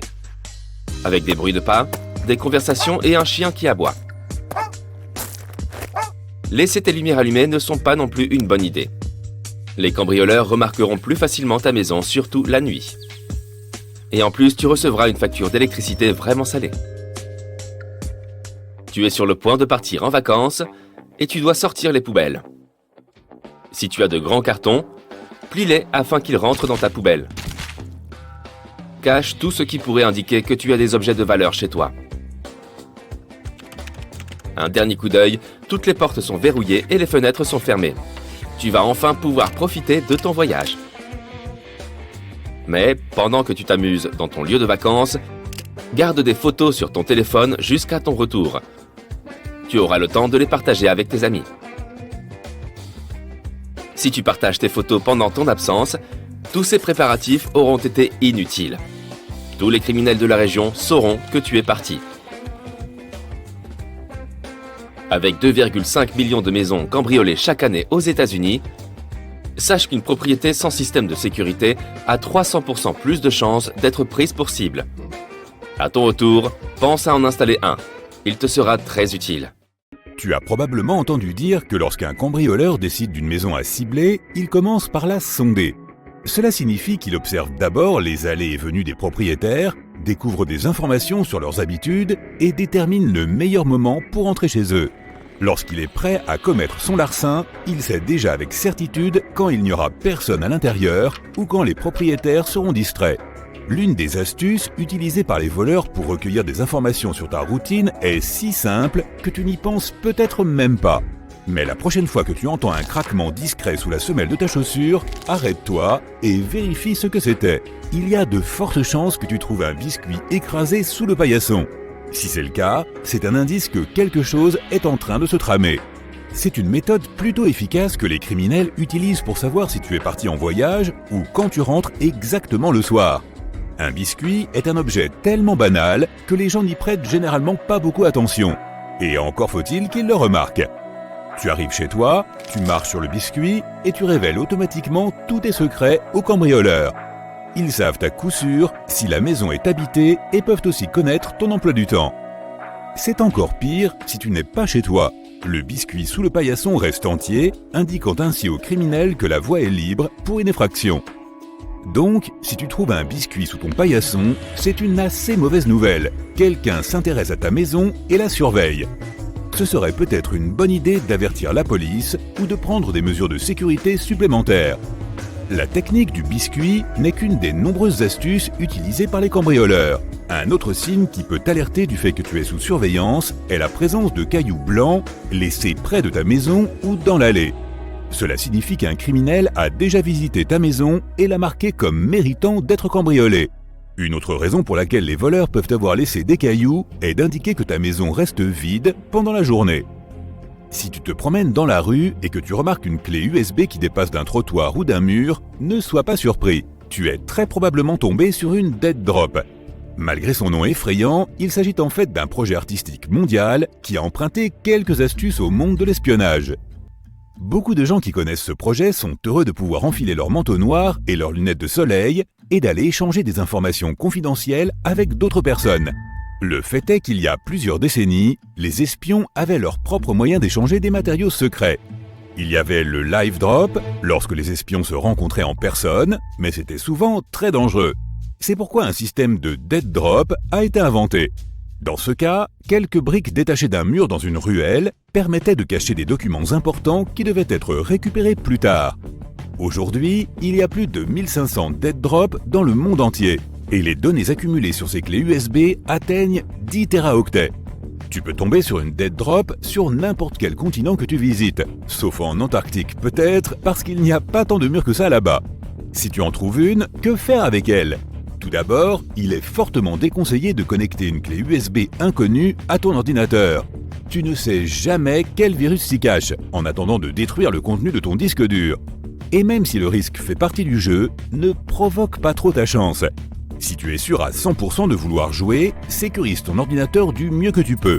Tu n'imagines pas quelles informations t'attendent sur une clé USB. Tout le monde peut télécharger des vidéos, des photos ou des fichiers texte, et cela a déjà entraîné plusieurs problèmes. Sur le même thème, as-tu déjà reçu un colis avec une clé USB à l'intérieur ? Quoi que tu décides d'en faire, ne la branche pas à ton ordinateur. De tels cas sont de plus en plus fréquents en Australie. La police prévient les gens que les pirates informatiques ont inventé une nouvelle tactique. Ils déposent des clés USB anonymes dans les boîtes aux lettres. Tu ne seras probablement pas surpris d'apprendre que ces gadgets contiennent des logiciels malveillants capables de pirater ton ordinateur. Leurs auteurs comptent manifestement sur la curiosité humaine et il faut dire que cela paie. Les gens ne peuvent pas lutter contre le désir inexplicable de vérifier le contenu d'un cadeau mystérieux. Par conséquent, près de la moitié des clés USB reçues par la poste sont introduites dans des ordinateurs. Ensuite, les gens commencent à avoir de sérieux problèmes avec leurs portables et leurs ordis. Par exemple, des médias frauduleux commencent à diffuser des offres de services. Ou bien des virus informatiques endommagent les fichiers et les programmes de l'ordinateur. Bref, ne touche pas à cette clé USB tombée du ciel, d'accord ? Tu quittes un centre commercial ou ton bureau ou l'aéroport et tu vas au parking pour récupérer ta voiture. Tu la déverrouilles et mets la clé sur le contact. Lorsque tu es sur le point de démarrer et de partir, tu vois quelque chose d'étrange sur ton pare-brise. Est-ce un billet de 100 € enroulé autour de ton essuie-glace ? Oh, tu pourrais certainement trouver un moyen de dépenser ce cadeau inattendu. Mais penses-tu vraiment que quelqu'un ait pu accidentellement mettre de l'argent sur ton pare-brise et l'oublier ? Méfie-toi, c'est évidemment une arnaque. Dès que tu sortiras de ta voiture pour regarder de plus près ce mystérieux billet de banque, son propriétaire passera à l'action. Il montera dans ta voiture et partira à toute vitesse. Peu de gens penseront à couper le contact et à prendre leurs affaires avec eux pour aller vérifier s'il s'agit bien d'un billet de 100 €. Par conséquent, en moins d'1 minute, tu perdras ta voiture, ton portefeuille et tes documents et tu te sentiras tout à coup très seul sur ce parking. Certaines personnes ont raconté avoir trouvé un vêtement, comme par exemple une chemise, posé sur leur pare-brise ou enroulé autour de leurs essuie-glaces. Si jamais cela t'arrive, ne tombe pas dans le piège et n'essaie pas de retirer l'objet. Monte simplement dans ta voiture et pars aussi vite que possible de l'endroit où tu étais garé. Ce vêtement soi-disant oublié est en fait une nouvelle arnaque utilisée par les voleurs. Cela fonctionne comme suit. Si tu vois un vêtement qui empêche tes essuie-glaces de bouger ou qui obscurcit ta vue, ta première réaction sera de l'enlever bien sûr. Mais pendant que tu essaies de l'enlever, le voleur a tout le temps de te sauter dessus ou de monter dans ta voiture. Les endroits les plus courants pour ce genre d'arnaque sont encore les parkings. Ils sont généralement mal éclairés et plutôt déserts, ce qui signifie qu'il y a peu de témoins aux alentours et beaucoup de recoins sombres pour que l'agresseur puisse se mettre à l'affût. Si un jour tu rentres chez toi et que tu remarques des graffitis ou des marques sur ta porte ou ta maison, appelle immédiatement la police. Même si cela ressemble à une farce d'adolescent ou à une simple rayure, il vaut mieux prévenir que guérir, car les cambrioleurs utilisent certaines marques pour indiquer à d'autres criminels différentes choses sur ta maison. Par exemple, quelque chose ressemblant au chiffre romain 2 signifie que les propriétaires sont riches et que l'endroit est donc une excellente cible. De même, un cercle barré indique aux autres cambrioleurs qu'il n'y a rien de précieux à prendre chez toi. Un long rectangle horizontal divisé en 4 parties signifie que l'endroit est gardé par un gros chien agressif. Un triangle, divisé en 2 parties par une ligne verticale, indique aux criminels de ne s'introduire que la nuit. Tandis qu'un triangle inversé indique qu'une maison ou un appartement est libre après le dîner. Et quelque chose qui ressemble à un A et un K combinés fait savoir aux complices que la maison est toujours pleine d'occupants. Une nouvelle astuce est utilisée par les voleurs de voitures, l'astuce de la pièce de monnaie. Ils la glissent dans l'espace entre la porte et la poignée de la porte. Lorsque le propriétaire pense qu'il a verrouillé la porte avec son bip de clé, le véhicule est en fait toujours ouvert, car la pièce empêche la serrure de l'une des portes de fonctionner. Dès que le propriétaire s'éloigne de son véhicule, le voleur n'a aucun problème pour ouvrir la porte et voler des objets de valeur. Lorsqu'il y a un rassemblement public, une grande fête ou même une journée chargée dans un centre commercial, un voleur de voiture peut faire une annonce publique pour dire qu'une voiture, choisie par eux bien sûr, bloque la sienne et qu'il ne peut pas sortir. Dès que le propriétaire arrive pour déplacer sa voiture, un autre groupe commence à agir, en supposant, et pour une bonne raison, que la personne en question a la clé de la voiture sur lui. Tu marches le long de la rive. Tout est calme, excepté le clapotis paisible de l'eau. Le soleil chaud de Géorgie te frappe dans le cou. C'est là que tu remarques quelque chose d'étrange sur le sol. On dirait une pièce noire de 25 cents avec un étrange motif. Tu te penches pour regarder de plus près. Est-ce bien une pièce de monnaie ? Ce truc ressemble à un ancien sceau avec un symbole gravé dessus. Il provient probablement d'une civilisation disparue depuis longtemps. Tu pourrais le vendre et faire fortune. Tu t'accroupis sur un genou pour ramasser ton nouveau trésor. Dès que ton doigt le touche, tu retires vite ta main, car tu sens la peur s'infiltrer dans tes tripes. C'est poilu. Tu essayes de le ramasser à nouveau en enfonçant tes ongles dans la terre pour le sortir du sol. C'est alors que il se met à bouger. Ton cœur bondit dans ta poitrine. Il bat si fort que tu peux le sentir dans ta tête. La peur se transforme en horreur lorsque la pièce sort du sol en se tortillant. Ce n'est pas un trésor antique, c'est une énorme araignée. Une Cyclocosmia trincata pour être précis. Cette excroissance en forme de pièce de monnaie sur son dos lui sert de bouclier. Cette terreur à 8 pattes s'enfonce dans le sol et le ferme comme un bouchon de liège afin que les ennemis affamés ne puissent pas l'atteindre. Ou tu sais, des humains géants et étourdis comme toi. Cette araignée est venimeuse, mais sa morsure n'est pas toxique pour l'homme, heureusement pour toi. Mais je n'ai pas dit que tu ne sentirais rien. Mieux vaut ne pas s'approcher du tout de ces crocs immenses. Aïe! Eh bien, tant pis pour tes finances. Peut-être que la fortune t'attend dans la péninsule de Basse-Californie au Mexique. Tu marches sur un sol desséché quand tu remarques une longue bande blanche devant toi. Tu t'en rapproches, on dirait un super long ver, tu te dis. Mais il ne bouge pas comme n'importe quel ver que tu as déjà vu. C'est là que tu réalises qu'il a des bras et une tête. Cette créature pâle aux yeux noirs en forme de perle est un lézard taupe du Mexique. Il vit dans le sol où se trouve tout son menu, composé d'insectes et de termites. Il sort rarement, alors tu as de la chance d'être tombé sur ce reptile bizarre. Te voilà dans une forêt tropicale au nord-est de l'Australie. Devant toi, à moitié caché parmi les arbres, tu remarques quelque chose de grand et de rond. Cette mystérieuse silhouette étendue sur le sol est couverte de poils noirs. Au départ, tu penses que c'est un ours recroquevillé et endormi, mais cela n'aurait aucun sens. Il n'y a pas d'ours en Australie. Tu t'en rapproches et tu sens qu'une brindille craque sous ton pied. La chose t'entend et se met sur ses pattes. Elle se tourne vers toi et tu vois maintenant que c'est un oiseau bizarre et magnifique. Ses poils noirs ne sont en fait qu'un épais manteau de longues et fines plumes. Cette formidable poule a une tête bleu vif avec une grande corne sur le dessus. Elle repose sur 2 solides pattes avec une griffe en forme de poignard sur chacune d'entre elles, qui peut être aussi longue que ta main. Si tu enlèves ses plumes, tu pourrais confondre cette bête avec un vélociraptor. Mais c'est en fait un casuaridé, l'oiseau le plus dangereux du monde. Il pourrait sauter tout droit par-dessus ta tête s'il le voulait. Il est certainement assez grand pour te donner un coup de pied dans la poitrine. Et ses coups sont assez puissants pour te briser un os. Sans parler de cette griffe qui peut couper n'importe quoi comme du beurre. Cet oiseau est programmé pour chasser et éviter d'être chassé. Ne pense même pas à t'enfuir, à moins que tu ne puisses toi aussi sprinter à plus de 50 km/h. Plonger dans ce lac là-bas ne pourra pas non plus te sauver. Cet oiseau est un excellent nageur. Il est préférable de reculer lentement et d'espérer qu'il ne va pas te poursuivre. Une autre créature qui prouve qu'il vaut mieux garder ses mains pour soi est la fourmi panda. Son nom est explicite. Elle est noire, blanche et poilue comme le plus mignon des mâcheurs de bambou. Ce petit bougre poilu vit dans les forêts du Chili, mais ne va surtout pas caresser cette petite fourmi duveteuse. Ce que tu regardes n'est pas une fourmi du tout, c'est une espèce de guêpe. Cette coloration en noir et blanc a un objectif, avertir les autres de la puissante piqûre de cet insecte. Et si cela ne suffit pas à te faire reculer, la guêpe émettra un couinement. Cela semble mignon pour nous, les humains, mais cela signifie qu'une piqûre douloureuse est imminente. Ces insectes sont solitaires, ne vivent pas en colonie et n'ont pas de nid. Ce sont aussi des parasites. Une fourmi panda femelle pond des œufs à côté des larves d'un autre insecte. Ensuite, les bébés éclos utilisent ces larves comme nourriture. Tu as sûrement déjà vu des insectes qui ressemblent à des feuilles et des brindilles. Mais qu'en est-il d'une créature qui ressemble à une belle orchidée ? Tu peux trouver cette fleur odorante dans la forêt ou dans un champ parmi d'autres plantes.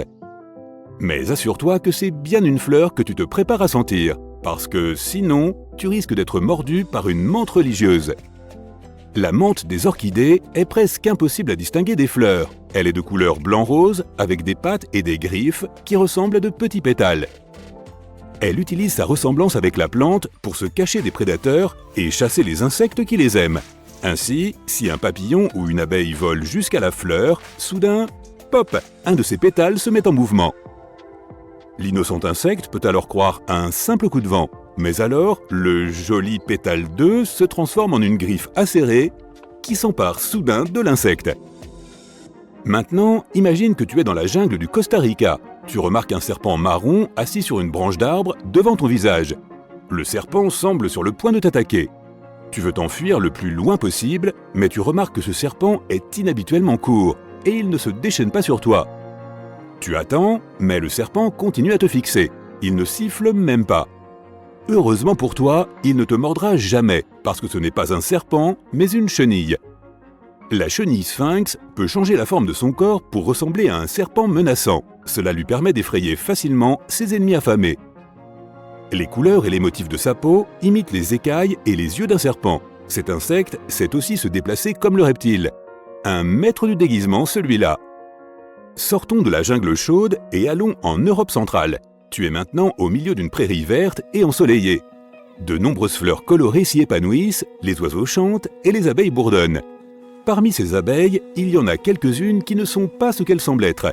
Il te sera difficile de distinguer les imposteurs. Mais si tu regardes vraiment de près, tu verras le grand bombil doré se déplacer dans l'air. Elle ressemble à un bourdon, mais en fait, c'est justement le plus grand ennemi du bourdon. Le grand bombil doré se faufile dans les nids d'abeilles et y pond des œufs. Ses larves éclosent et se nourrissent des abeilles et du nectar des fleurs. Sa coloration jaune et noire permet à l'intrus de passer complètement inaperçu. Le camouflage le protège également de ses ennemis. S'il pense qu'il va se faire piquer par un bourdon, rien ne pourra jamais toucher cet insecte. Le prochain arrêt de ton voyage est la forêt tropicale du sud de la Thaïlande. Sois très prudent et fais attention à ce que tu fais.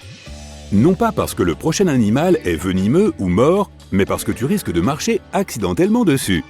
Les feuilles des arbres sont tombées et ont pris une teinte gris-brun. Parmi ces feuilles, il est difficile de distinguer la grenouille cornue de Malaisie.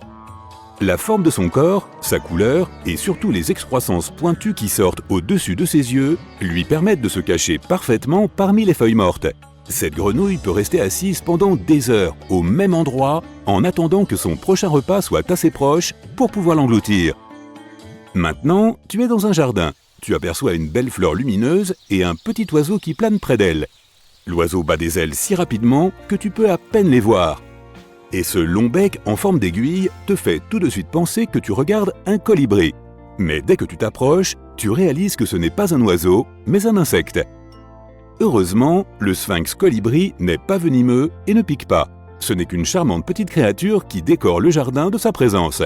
Beaucoup de gens cultivent même des plantes riches en nectar pour attirer ces papillons de nuit. En voilà une bonne idée! L'anomalie de la mer Baltique. En 2011, une équipe de plongeurs est descendue tout au fond de la mer Baltique, au nord.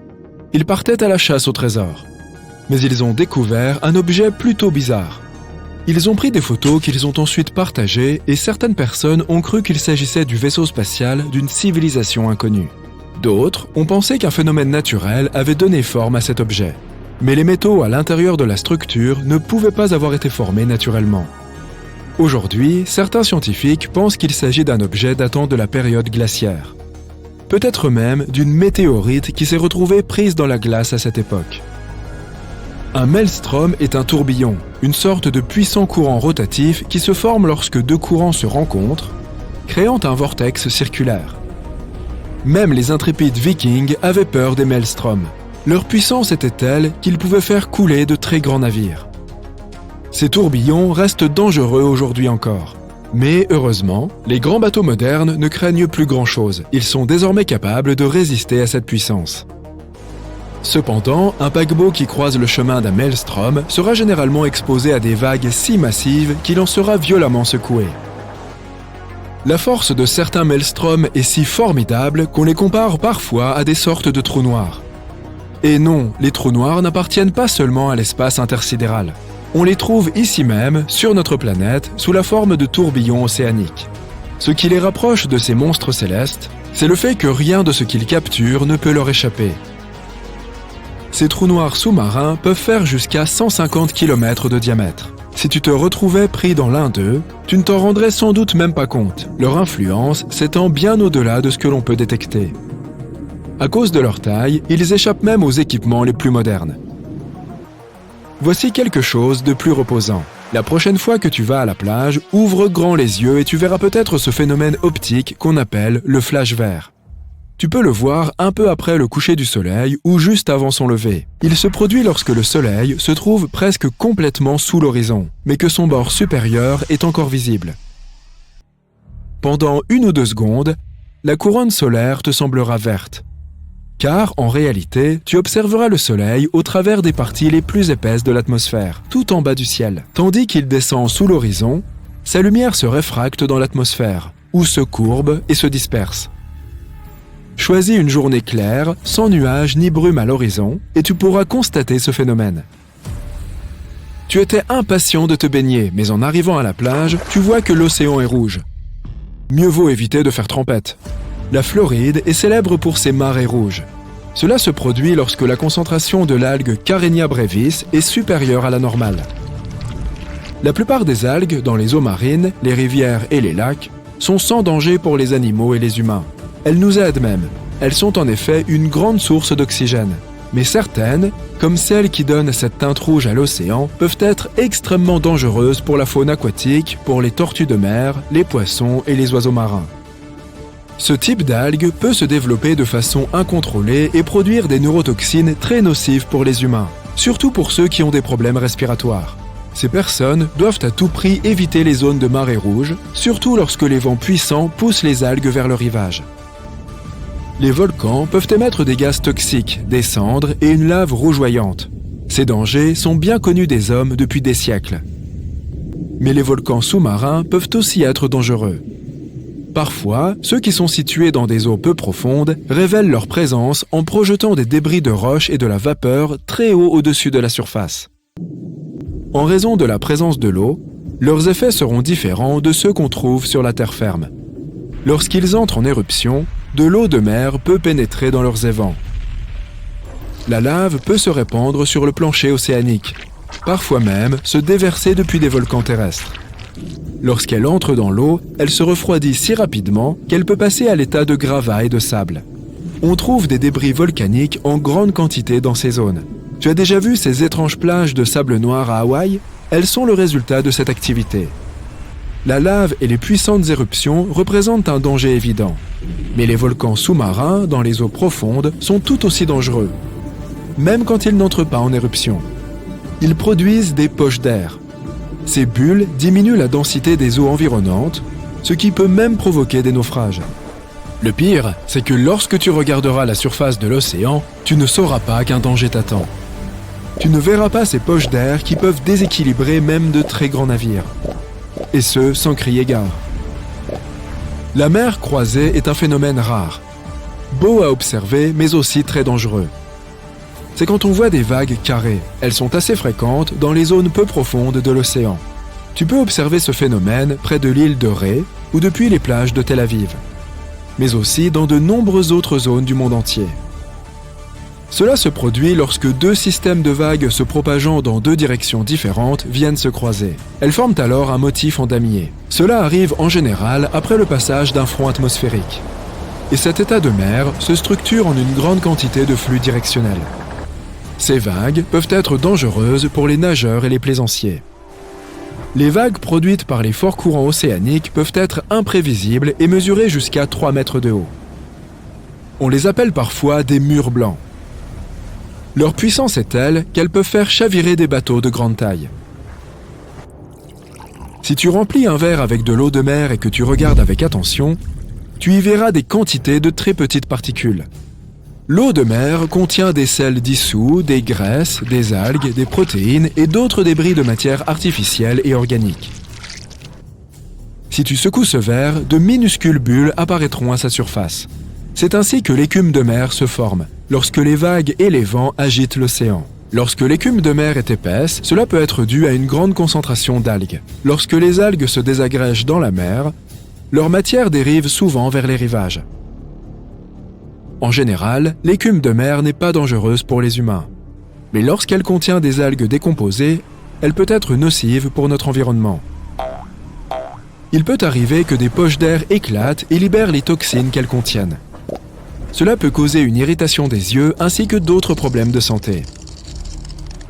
Les mascarets se produisent dans l'embouchure et le cours inférieur de certains cours d'eau. Une marée puissante va à la rencontre du courant et repousse le fleuve. Les mascarets font partie de la catégorie des ressauts hydrauliques, un changement soudain du niveau de l'eau. Il s'agit d'une poussée positive, ce qui signifie que la vague remonte le courant du fleuve, rendant sa masse beaucoup plus importante. Un raz-de-marée négatif, c'est lorsque le cours d'eau devient soudainement très peu profond. Tu ne verras pas de mascaret partout. Le fleuve doit être assez peu profond et son embouchure doit être assez étroite. La zone où la mer et le fleuve se rencontrent doit être plate et large. De plus, la zone située entre la marée basse et la marée haute doit faire au moins 6 mètres de large. Bien sûr, il y a quelques exceptions, comme pour l'Amazone, le plus grand fleuve du monde. L'embouchure de l'Amazone n'est pas étroite, mais il s'y produit quand même des mascarets. C'est parce que son embouchure est peu profonde et comporte de nombreux bancs de sable et autres îles basses. Ce mascaret est la raison pour laquelle l'Amazone ne possède pas de véritable delta. L'océan Atlantique emporte rapidement ses sédiments, empêchant une telle formation. Les mascarets sont souvent imprévisibles et peuvent être extrêmement violents. Il arrive même que l'eau du fleuve passe d'une couleur verdâtre ou bleue à une couleur brunâtre. Ils peuvent endommager la végétation et même arracher les arbres. Ainsi, les sports de loisirs comme le kayak et le surf peuvent être dangereux dans ces zones. Mais si tu veux simplement observer un mascaret d'un peu plus près, fais attention. Il pourrait littéralement dérober le sol sous tes pieds et t'emporter dans ces eaux agitées. Tu es en train de jouer à la balle avec ton chien quand tout à coup tu vois quelque chose qui tombe du ciel. C'est un objet lumineux doté d'une grande queue derrière lui. Il descend à une vitesse alarmante, se rapprochant de plus en plus. Tu essaies d'attraper ton chien pour l'emmener à l'intérieur, mais il court partout en aboyant et en grognant. Puis tu lèves les yeux et tu remarques que l'ovni brillant ressemble de plus en plus à une boule, et on dirait même qu'il se dirige vers toi. Tu cours tout autour de ton jardin pour essayer d'attraper ton animal, mais cette fois il pense que tu joues avec lui et s'enfuit. Tu le poursuis en le forçant à rentrer dans la maison. C'était moins une. L'objet dans le ciel brille si fort que tu ne peux même plus le regarder. Et puis boum! C'est comme si un petit morceau du soleil venait de s'écraser juste derrière ta maison. Tu te précipites derrière le canapé et tu essaies de jeter un coup d'œil à ce qui s'est passé. Tes voisins frappent à ta porte pour voir si tu vas bien. Dès que tu leur ouvres, ils s'engouffrent tous à l'intérieur avec leurs appareils photo. Tu te reprends et tu te diriges vers la cour arrière où tout le monde est rassemblé. Tu te diriges vers l'objet et tu peux déjà sentir la chaleur qu'il dégage.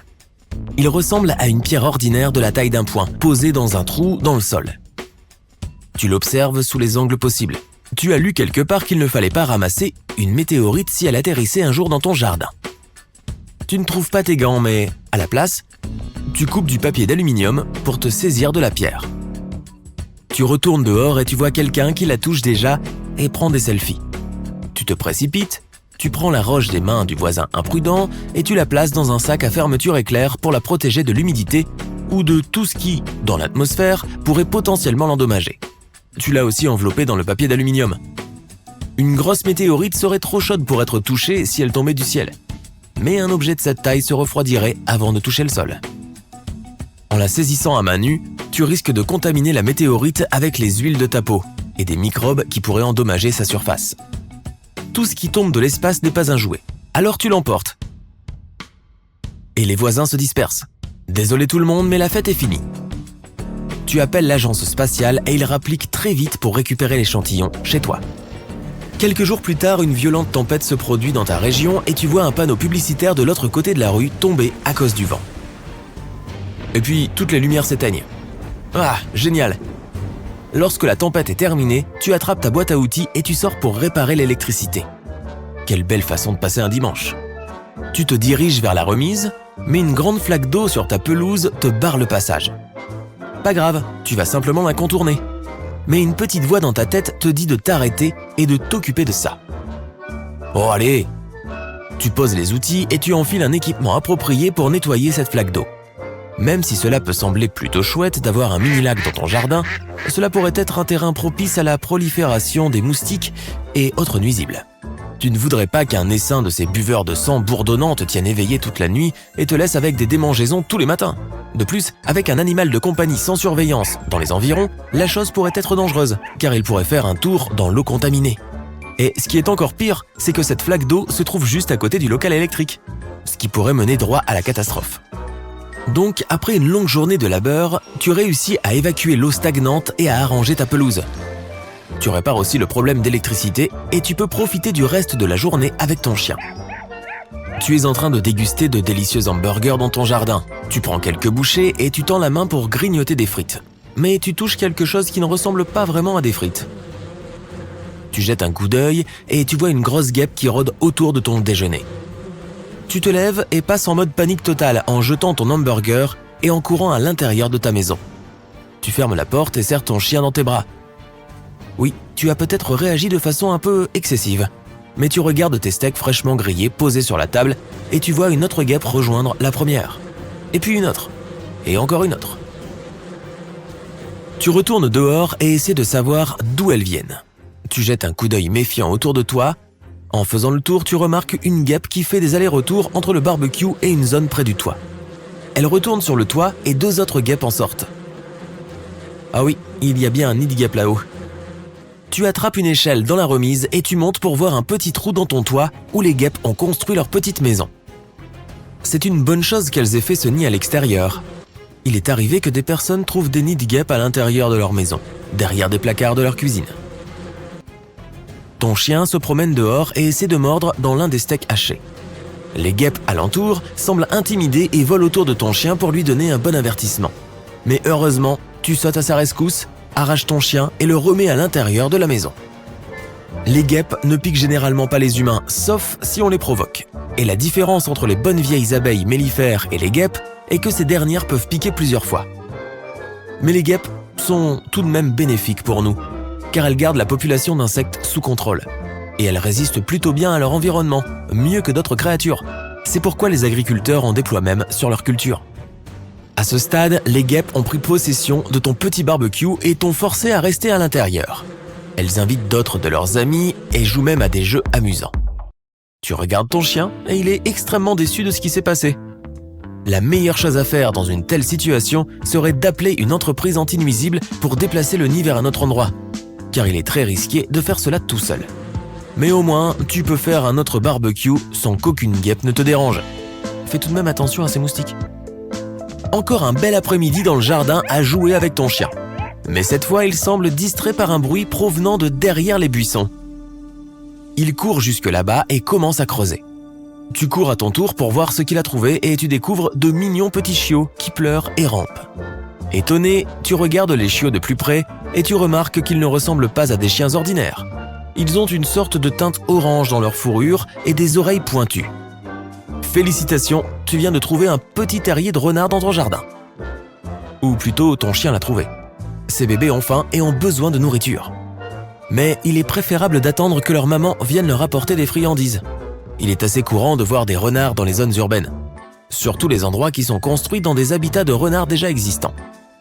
Mais tu es surpris d'en avoir découvert un juste derrière ta maison. Tu comptes 7 renards d'eau dans la portée, qui ont tous l'air en bonne santé et en forme.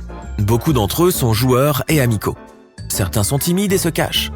Les animaux peuvent être très protecteurs envers leurs petits, alors mieux vaut rester à l'écart pour le moment. Et ne laisse pas non plus ton chien les approcher. La maman renard pourrait le prendre pour une menace et ce ne serait pas très agréable à voir.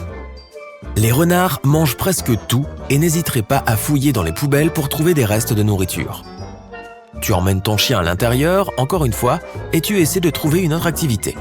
Déplacer de mignons petits renardeaux peut sembler être une chose inoffensive et amusante à faire, mais manipuler de telles créatures à leur âge pourrait potentiellement les blesser. Toute pression légère autour de certaines parties de leur corps peut leur faire du mal. Sans parler des tiques ou des puces que ces petits peuvent avoir sur eux. Le fait d'être exposés à l'extérieur les rend vulnérables à toutes sortes de vilaines vermines qui rôdent. Alors, tu attrapes ton téléphone et tu appelles la SPA pour signaler la tanière du renard. Une fois arrivé, il s'occupe enfin de ce problème.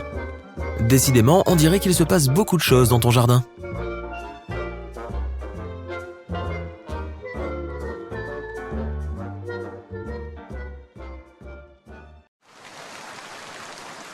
Bon, c'est un jeudi soir pluvieux et tu es bien au chaud dans ton fauteuil avec une tasse de chocolat chaud et une nouvelle vidéo sympa.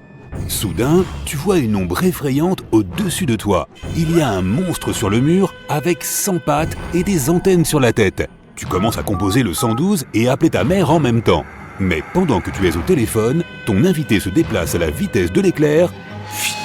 2 secondes et tu ne le vois plus. Tu prends un balai et tu te caches dans ton placard. De tes mains tremblantes, tu ouvres le navigateur et tapes « Bête effrayante dans ma maison ». Tu fais défiler les pages avant de trouver enfin la bonne. 1000 pattes de maison. Il s'avère qu'il possède 15 paires de pattes, 2 yeux bien développés et 2 longues antennes très sensibles qui lui servent à capter les odeurs et les vibrations. Il transporte du venin dans les pattes situées près de la tête et de la bouche, et il peut tenir plus d'une proie entre ses pattes en les utilisant comme un lasso. Tout cela fait de ton invité un excellent chasseur.